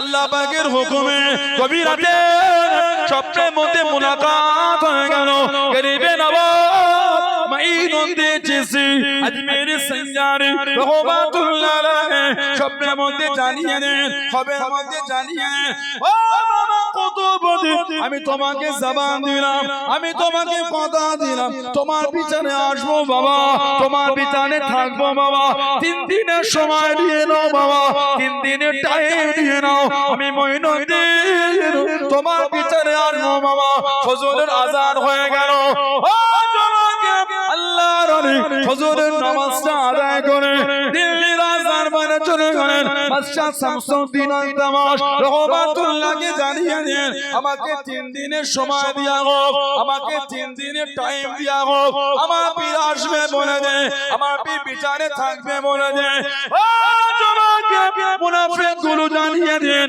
রুহানি কথা আমাদের করে বলবেন না একই রাতে দিল্লি জমিন থেকে আজমির শরীফের জমিনে কে গেল একই রাতে কে ফিরে চলে এলো রুহানি কথা আমাদের করে বলবেন না সাক্ষী থাকলে হাজির করেন সাক্ষী থাকলে পেশ করেন সাক্ষী তো কেউ নয় আল্লাহর ওলি বাদশা শামসুদ্দিন আলতামাশ রহমাতুল্লাহ আলাইহি 3 দিনের টাইম দিয়ে দেন ও জমাকে আল্লাহর ওলি হযরত খাজা কুতুবুদ্দিন বখতিয়ার কাকি রহমাতুল্লাহ আলাইহি কাঁদতে কাঁদতে চলে গেলেন রাজ্জাক দিন আসে দিন যায় রাত আসে রাজ্জাক দিন আসে দিন যায় রাত আসে আগামীকালকে বিচার আজকে আসরের পরে মাগরিবের আগে আজমির শরীফের জমিন থেকে কাফেলা পৌঁছে গেল মনটা খুশি হয়ে গেল মনটা আনন্দিত হয়ে গেল গোটা কাফেলা খুঁজে পেলেছে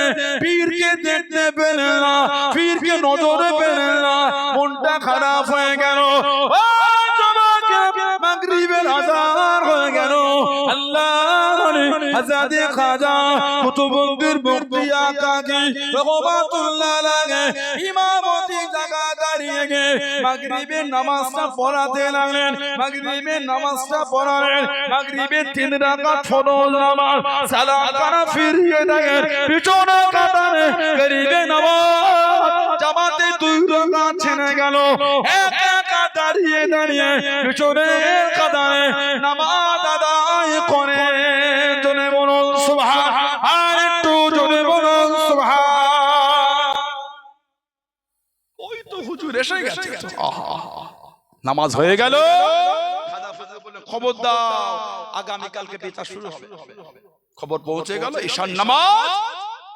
এবার পীর কে নিয়ে হুজুরার মধ্যে গেছে পীরকে উঁচুতে বসিয়ে কদমের কাছে বসে খালি কাঁদছে হুজুর এই বয়সে আর ভালো লাগে না এই তোহমত এই ইলজাম জোর করে খাজা হুজুর তামবি কলাই তোমার ইজ্জত বেশি না নবী ইউসুফ আলাইহিস সালামের ইজ্জত বেশি বলে হুজুর ইউসুফ আলাইহিস সালাম তুমি জানো না ইউসুফ আলাইহিস সালামের নামে জিনা তোহমত দিয়েছে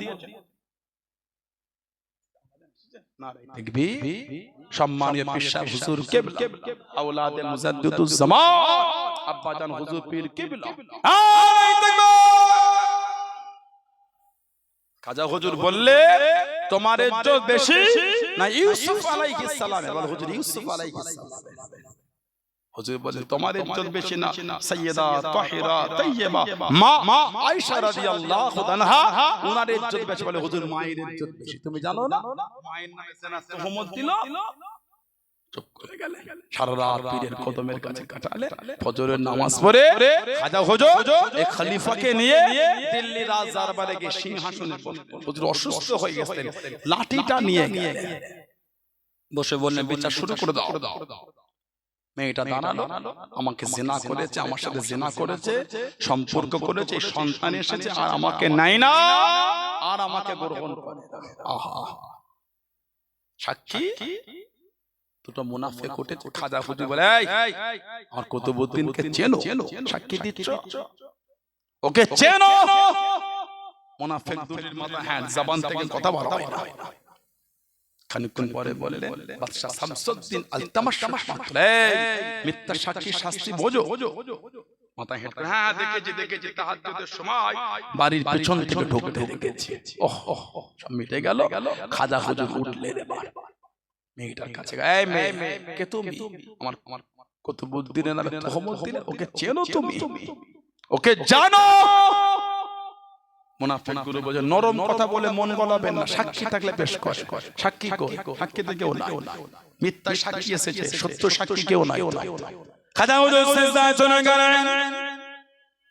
ও যুবকেরা, ও আমার মুরব্বি বাবারা, মায়েরা, বোনেরা, মগিয়াম আল্লাহর ওলি গরিবে নওয়াজ সিজদায় চলে গিয়ে জাঁ করে কাঁদেন, চোখে পানি ফেলে ফেলে গায়েন, ও রব্বি আল্লাহ পাক, আমার কুতুবউদ্দিনের কোনো সাক্ষী নাই, আমার কুতুবউদ্দিনের কোনো সাক্ষী নাই। আল্লাহ পাক, আপনি আমার কুতুবউদ্দিনের সাক্ষী। ও রব্বি আল্লাহ পাক, আমার কুতুবউদ্দিনের কোনো সাক্ষী নাই।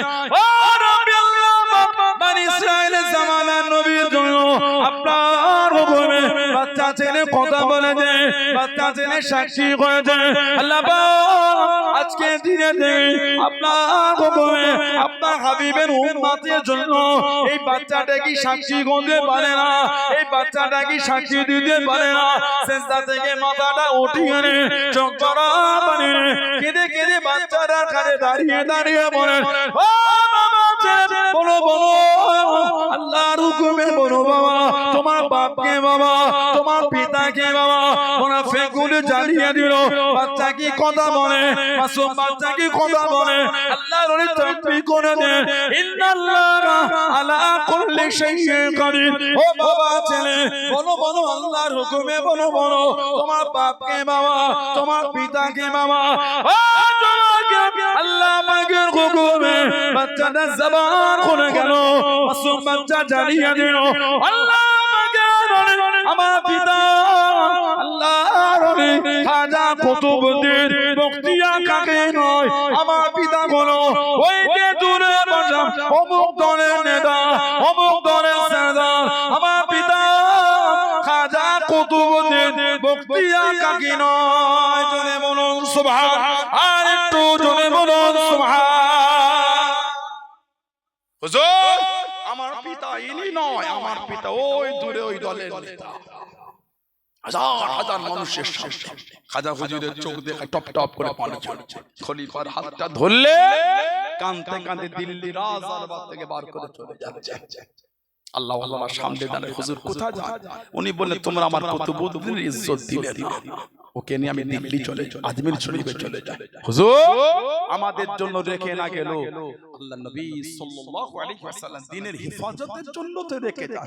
ওই যে রেখে উনি দিল্লি থেকে আজমির শরীফে গেলে, তারপরে উনি আর আজমির শরীফ থেকে দিল্লি আসে। আল্লাহ পাকের হুকুম, মাসুম বাচ্চা সাক্ষী হয়ে গেছে। জোরে বলে, আর একটু জোরে বলা গেল না? আল্লাহ ইজ্জত দিয়েছে, আল্লাহ সম্মান দিয়েছে। ইন্তেকালের আগে খাজা কুতুবউদ্দিন বখতিয়া কাকি হুজুর ওসিয়াত করে গেলেন, আমার জানাজার নামাজটা উনি পড়াবেন। যার জ্ঞান হওয়ার পরে, তওবা করার পরে 5 ওয়াক্ত নামাজের 1 ওয়াক্ত নামাজ কাজা, আর 5 ওয়াক্ত নামাজ তাকবীরে উলার সাথে আদায়, আর কোনদিন রাত্রিতে তাহাজ্জুদ কাজা। লাশ পড়ে আছে, কাতার হয়ে গেছে, ইমামের জায়গায় কেউ দাঁড়াচ্ছে না, হাজার হাজার লোকের কাতার।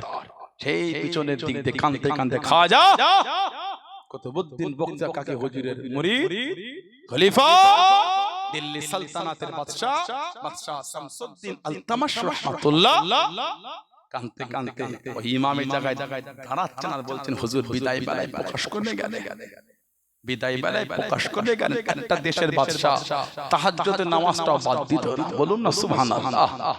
এনারা আমাদের হয়ে রাজত্ব চালিয়েছে। এখন আমরা তাহাজ্জুদের নামাজ জোরে কথা 5 ওয়াক্ত নামাজই পড়ছি না। লা হাওলা ওয়ালা কুওয়াতা ইল্লা বিল্লাহ। কেন গজব হবে না আমাদের উপরে? বলেন আপনি কেন গজব হবে?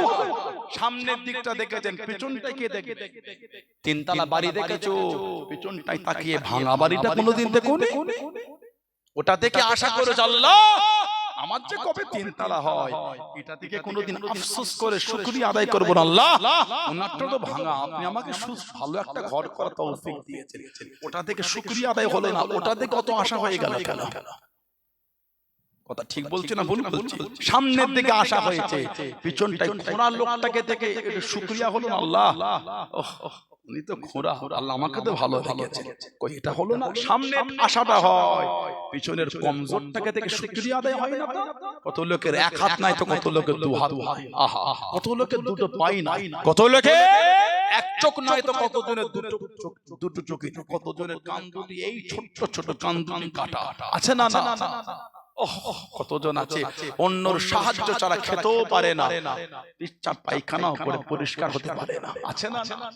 ওইগুলো দেখে আমরা কোনোদিন বললাম না আলহামদুলিল্লাহ রাব্বিল আলামিন, আল্লাহ আপনি আমাকে ওই রকম করেন, আল্লাহ আপনি আমাকে সুস্থ রেখেছেন, সবল রেখেছেন, ভালো রেখেছেন, আল্লাহ তোমার লাখ লাখ কোটি কোটি শুকরিয়া। এটা আমাদের জবান থেকে বার হলো না। দামি গাড়ি ছেড়ে ছেড়ে চলে গেল, আল্লাহ আমি অমনটা কিনতে পারবো না, আল্লাহ আল্লাহ তো একটা চার চাকা দিয়েছে, পিছনটায় তাকান তো সাইকেল চালিয়ে ঘুরছে, তার পিছনটায় দেখেন হেঁটে হেঁটে যাচ্ছে, সাইকেল কেনার পয়সা আছে না, কথা বলে না। আপনি ওটা থেকে আশা করেছেন, ওটা থেকে শুকরিয়া হচ্ছে না কেন? আমরা নাশকর হয়ে গেছি। আল্লাহ আমাদের করে বেশি বেশি তার শুকরিয়া আদায় তৌফিক দান করে, বলুন আমিন, বলেন আল্লাহুম্মা আমিন।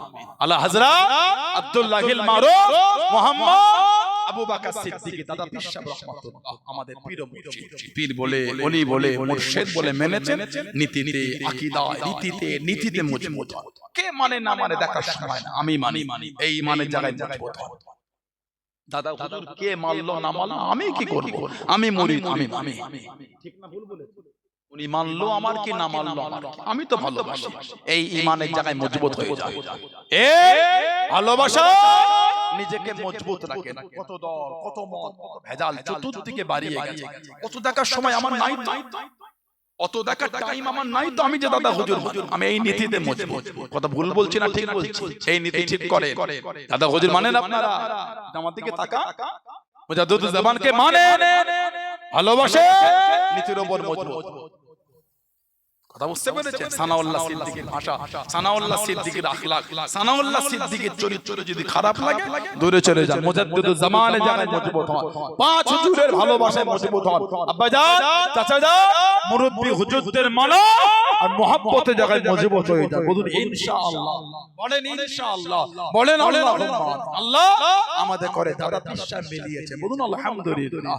জামানার মুজাদ্দিদ, জামানার মুজাদ্দিদ দাদা পীর সাহেব রাহমাতুল্লাহ জানার খলিফা শুয়ে আছেন, এটা উত্তর 24 পরগনা তো নদিয়ার বর্ডারে, ওই শশীপুর মুফতি গোলাম সরওয়ার রাহমাতুল্লাহ, আব্দুল জব্বার রাহমাতুল্লাহ, শশীপুর হামিদপুর দাদা হুজুরের দুটো খলিফা এখানে শুয়ে আছেন। জোরে বলেন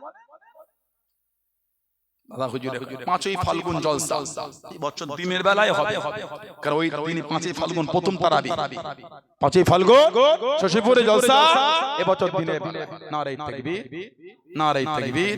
সম্মানীয় পীর সাহেব হুজুর কিবলা, সম্মানীয় পীর সাহেব হুজুর আওলাদে মুজাদ্দিদুজ জামান, আওলাদে মুজাদ্দিদুজ জামান আব্বাজান হুজুর পীর কিবলা, আব্বাজান হুজুর পীর কিবলা। নারায়ে তাকবীর, নারায়ে তাকবীর। আমাদের সকলের সম্মানীয় পীর সাহেব হুজুর কিবলা, আমাদের সকলের সম্মানীয় পীর সাহেব হুজুর কিবলা। নারায়ে তাকবীর।